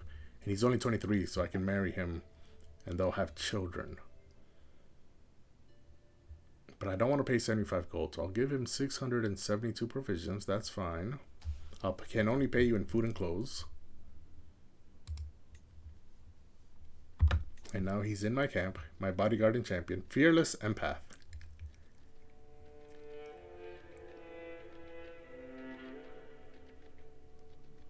Oh, flexible leader helps in mountains. That's good. And he's a hunter too. Okay, so now if I look at my positions, he's good because he's brave. This guy's excellent because he's brave and a blade master. So he's only 23 lucky. At some point he could become better. He could become excellent.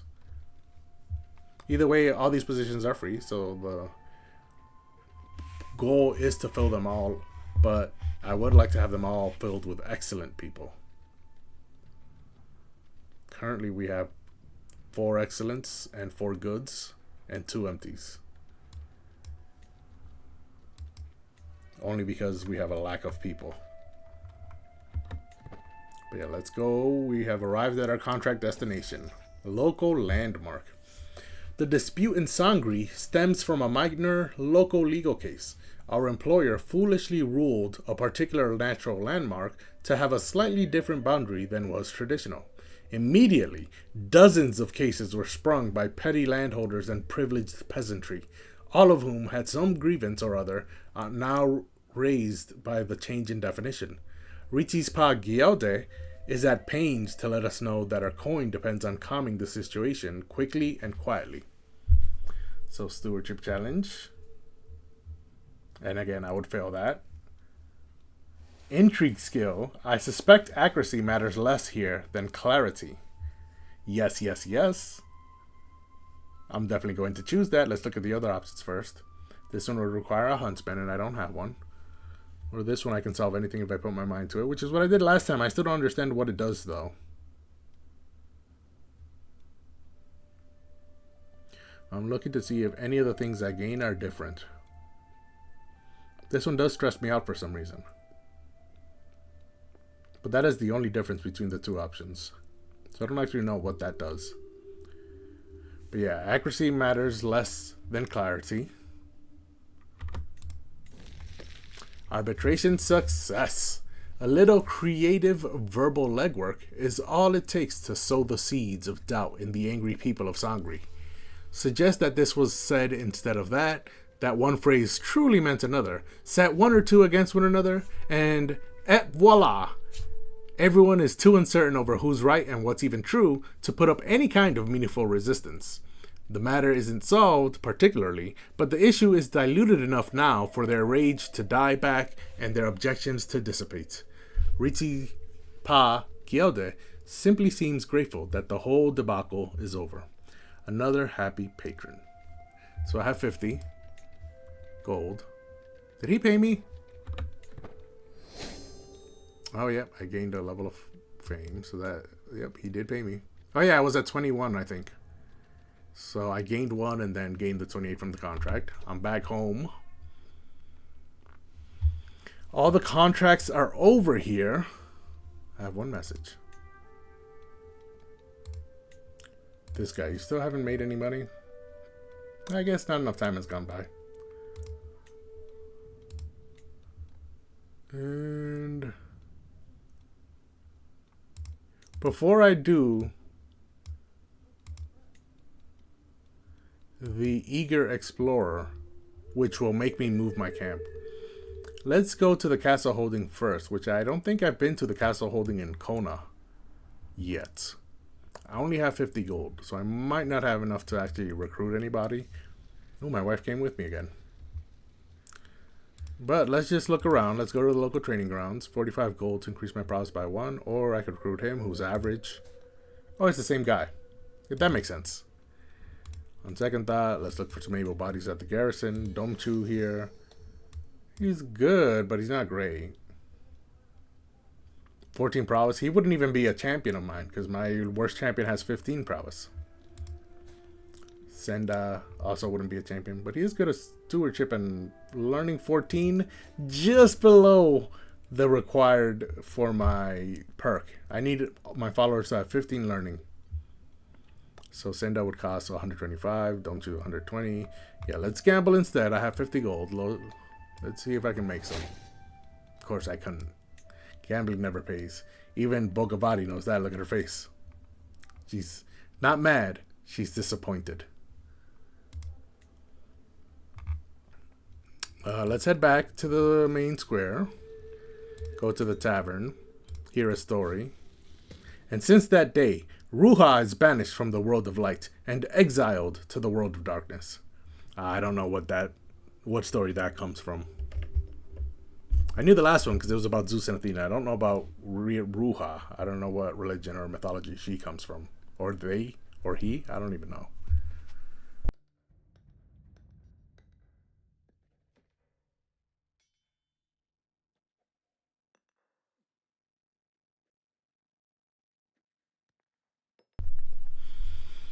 Okay, one last drink of water.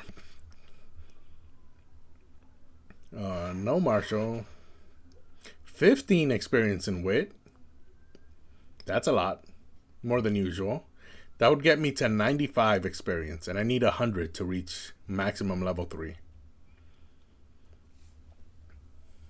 Or I could lose 8 stress, but I have 0. So, you know what? Let's pay the gold. We're down to 17. We came in here with 50. Let's use up for recruitment, just for the hell of it. Pasang the Misanthropic. Why is she misanthropic? Because she's stubborn, cynical, and sadistic. Godless villain. She's a wise woman, though. 4-star master philosopher with 29 learning. She's really good. How much would she cost? 120 gold. How about Norbu the Timid? Who's shy, compassionate, and brave. I don't know why he's Norbu the Timid then. I mean, he is shy, but he's also brave. 19 prowess. He would be 3rd in my champion list. He's also a hunter. But it's not really worth it. 142 gold, definitely not worth it. He's not that much better than Pasang. I think he is slightly better, but not that much better. And last but not least, Kasang the Contented. Oh, she's strong. That's nice. It's not congenital, though, so her children will not be strong. You have to earn that trait. 22 prowess is excellent. Not just because the game calls it excellent, but because it's actually excellent. She would be my best knight. However, my religion/culture does not allow female warriors. So that 22 prowess becomes useless. So she's definitely not worth it. And would cost me 117 gold. Yeah, we're not doing any of that. Let's head back. Let's go to supplies. I think it's too recent for me to steal again. Oh, I can steal again. Okay. Poor Yum. This is the second time I'm stealing from her.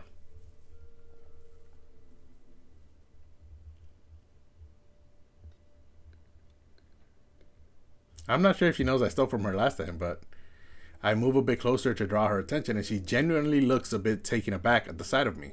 A returning customer, such a sight for sore eyes. What will it be? Yeah, let's try and steal again. I gained 378 provisions. I stole again. So let's go to the town crier, see if he has any more contracts. 2 justicars, no. 2 transports, 2 criminals. Let's go with 2 transport. I'm gonna spend 75 prestige again. See if the game scams me again. I keep falling for it though, even if it is a scam. So let's go back to camp. Oh, I got a 2-star. Yes, yes. And another 2-star contract. Okay, the game did not scam me this time. Eager explorer, escort emissary, escort emissary.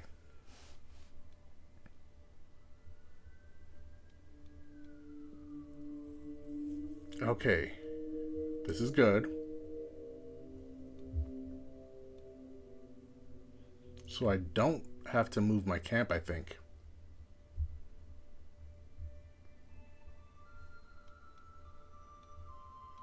I know I have to move my camp for escorting emissaries. That definitely has to happen.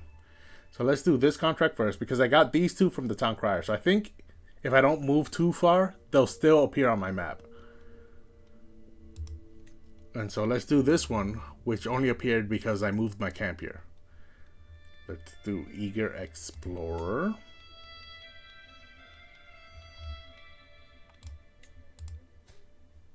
He's still alive and well, in fine health. Eager Explorer, Riti Spot Choden. I have not done a contract with him before.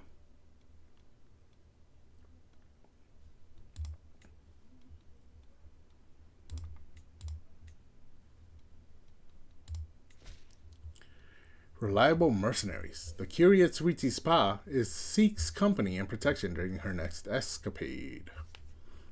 There's a chance at an exceptional success. That's always good. It doesn't pay much, but this one will help us travel around a bit. So let's take the contract. Leaving her laden mule huffing away outside, ushered into my tent. Okay, we've seen this before. You said you're a man of your world, perhaps one with enough gall to venture by the side of an ever-curious explorer like myself. Wayfarers fawn over the Gyalpo of U as having a grand and most beauteous capital, perhaps the finest in all the lands thereabouts. Please take me to the barony of Zatan, protect me on the road, and I'll reward you well with coin. Okay, I don't have to move my camp because that's where I came from originally. That's right here, Zatan.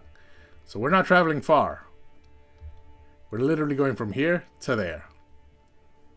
What is this? Vihara of Naryang?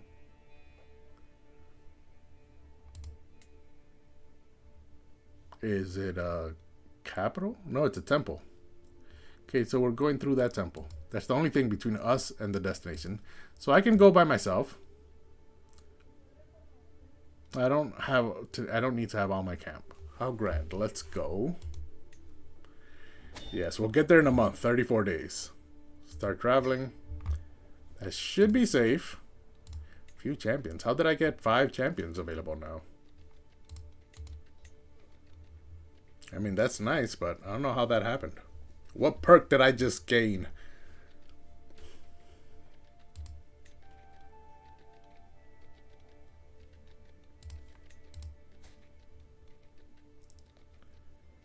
My stats are the same. Is it because I'm level 2 trickster now? Is that it? No.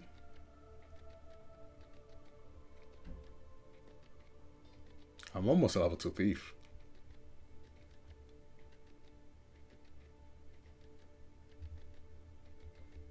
I don't know why I gained an extra champion, but I guess I shouldn't complain.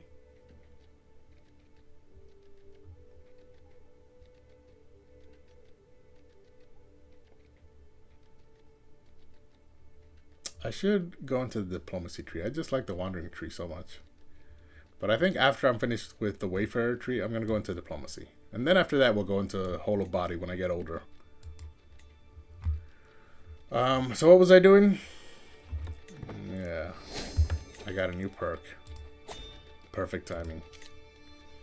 Of the people. Whenever you move your camp, gain fame equal to 15 times your diplomacy skill. And we're just about to move our camp. So that is very good. Your children have a chance to gain prowess in Traveler. So after we get of the people, instead of local hero, we'll get just one more hill to try and help out our kids. And then we can get local hero. So we go of the people, just one more hill, a local hero, and then travel companion, the home away from home, Wayfarer. And that's how we'll go. And then if I'm under 50, I might go into diplomacy. Instead of going for whole of body.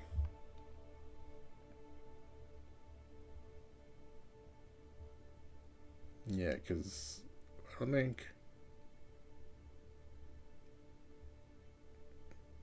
I don't think I want anything else.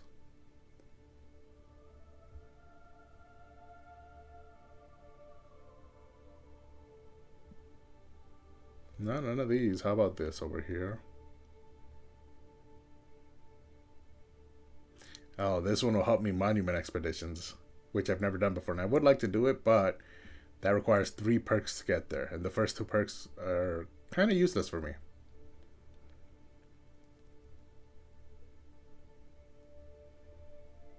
Yeah. Okay. So that is the plan.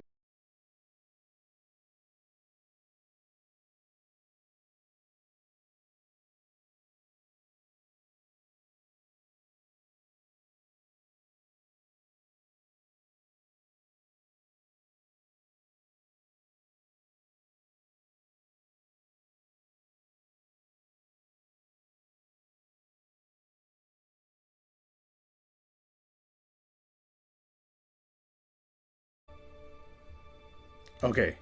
Now we're back. Yeah, OBS had to reconnect my stream, but we are back.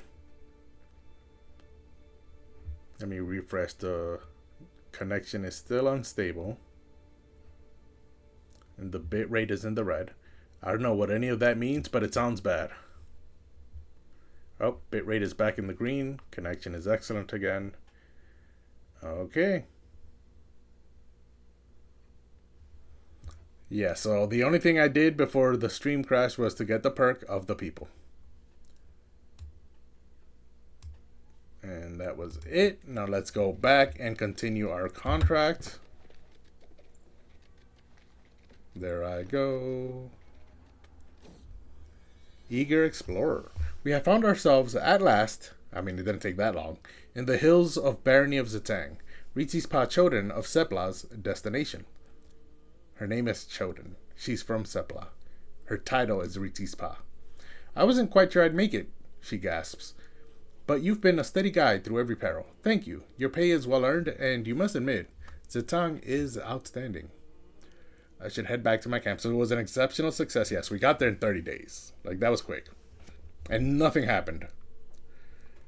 So now she's in my role of patrons, and I gained a weak hook on her. I should head back to my camp. Yes, I have an excel that contract hook on her. So now that I'm back at camp, let me pause. I will now demand payment for that. She has 245 gold.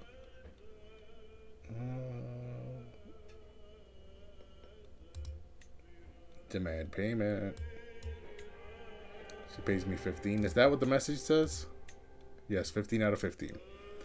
Demand that payment. 15 gold. And do I still have to make a request? I do, because she's in my role of patron, so I can still make a request from her. Ritis Pa Choden should be here in my role of patrons. There she is. And this guy, still nothing, huh? Still 1 gold. Although you're still 59 years old, so apparently not much time has passed, even though it feels to me like a lot of time has passed. Oh. Hold on a second.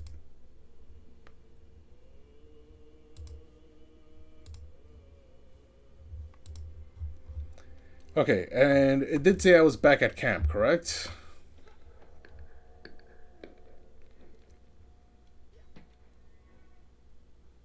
I need 2 more months before I can gather provisions.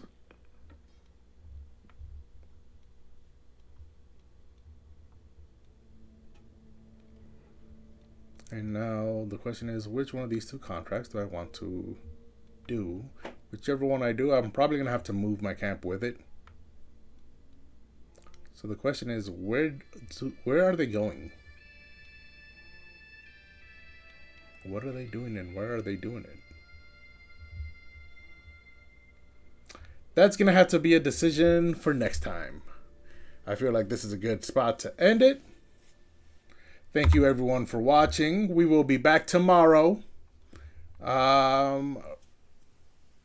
Stream will be uploaded as soon as I end stream. I'll upload it to my YouTube channel.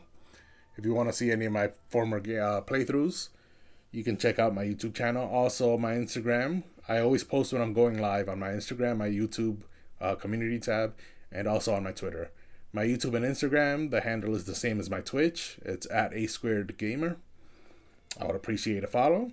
And check out all the content I have there if you want to see previous streams on YouTube. Or I have a bunch of pictures of my setup, pictures of the games I have on my shelf. I have pictures of my stories. Are every single time I go live, I post on my stories. So I think if you like watching my streams, it would be useful to follow me on Instagram. It's your decision, though, at the end of the day. My YouTube also, all my former streams, like I said, go up on my YouTube channel. Twitter, I also post if I'm going live. I don't really care much about my Twitter, though. But if you want to follow me on Twitter, it's A Squared GMR. The gamer was taken. Oh, look at my little son now. He appears there as well. He's got quite the conniving little face. But yeah, that'll do it for today. Thanks for the follows. We got a couple new followers today, so thank you for that. Thank you for watching. I hope you enjoyed. And I will see you all tomorrow for the next stream. Like I said, I'll post when I go live. So you'll know right as I'm going live. You'll receive that notification if you're subscribed or following or whatever the platform of choice you chose calls it. So I'll see you all tomorrow. And hopefully you guys all have a good morning, afternoon, evening, night, whatever it is in your part of the world. Thanks for hanging out.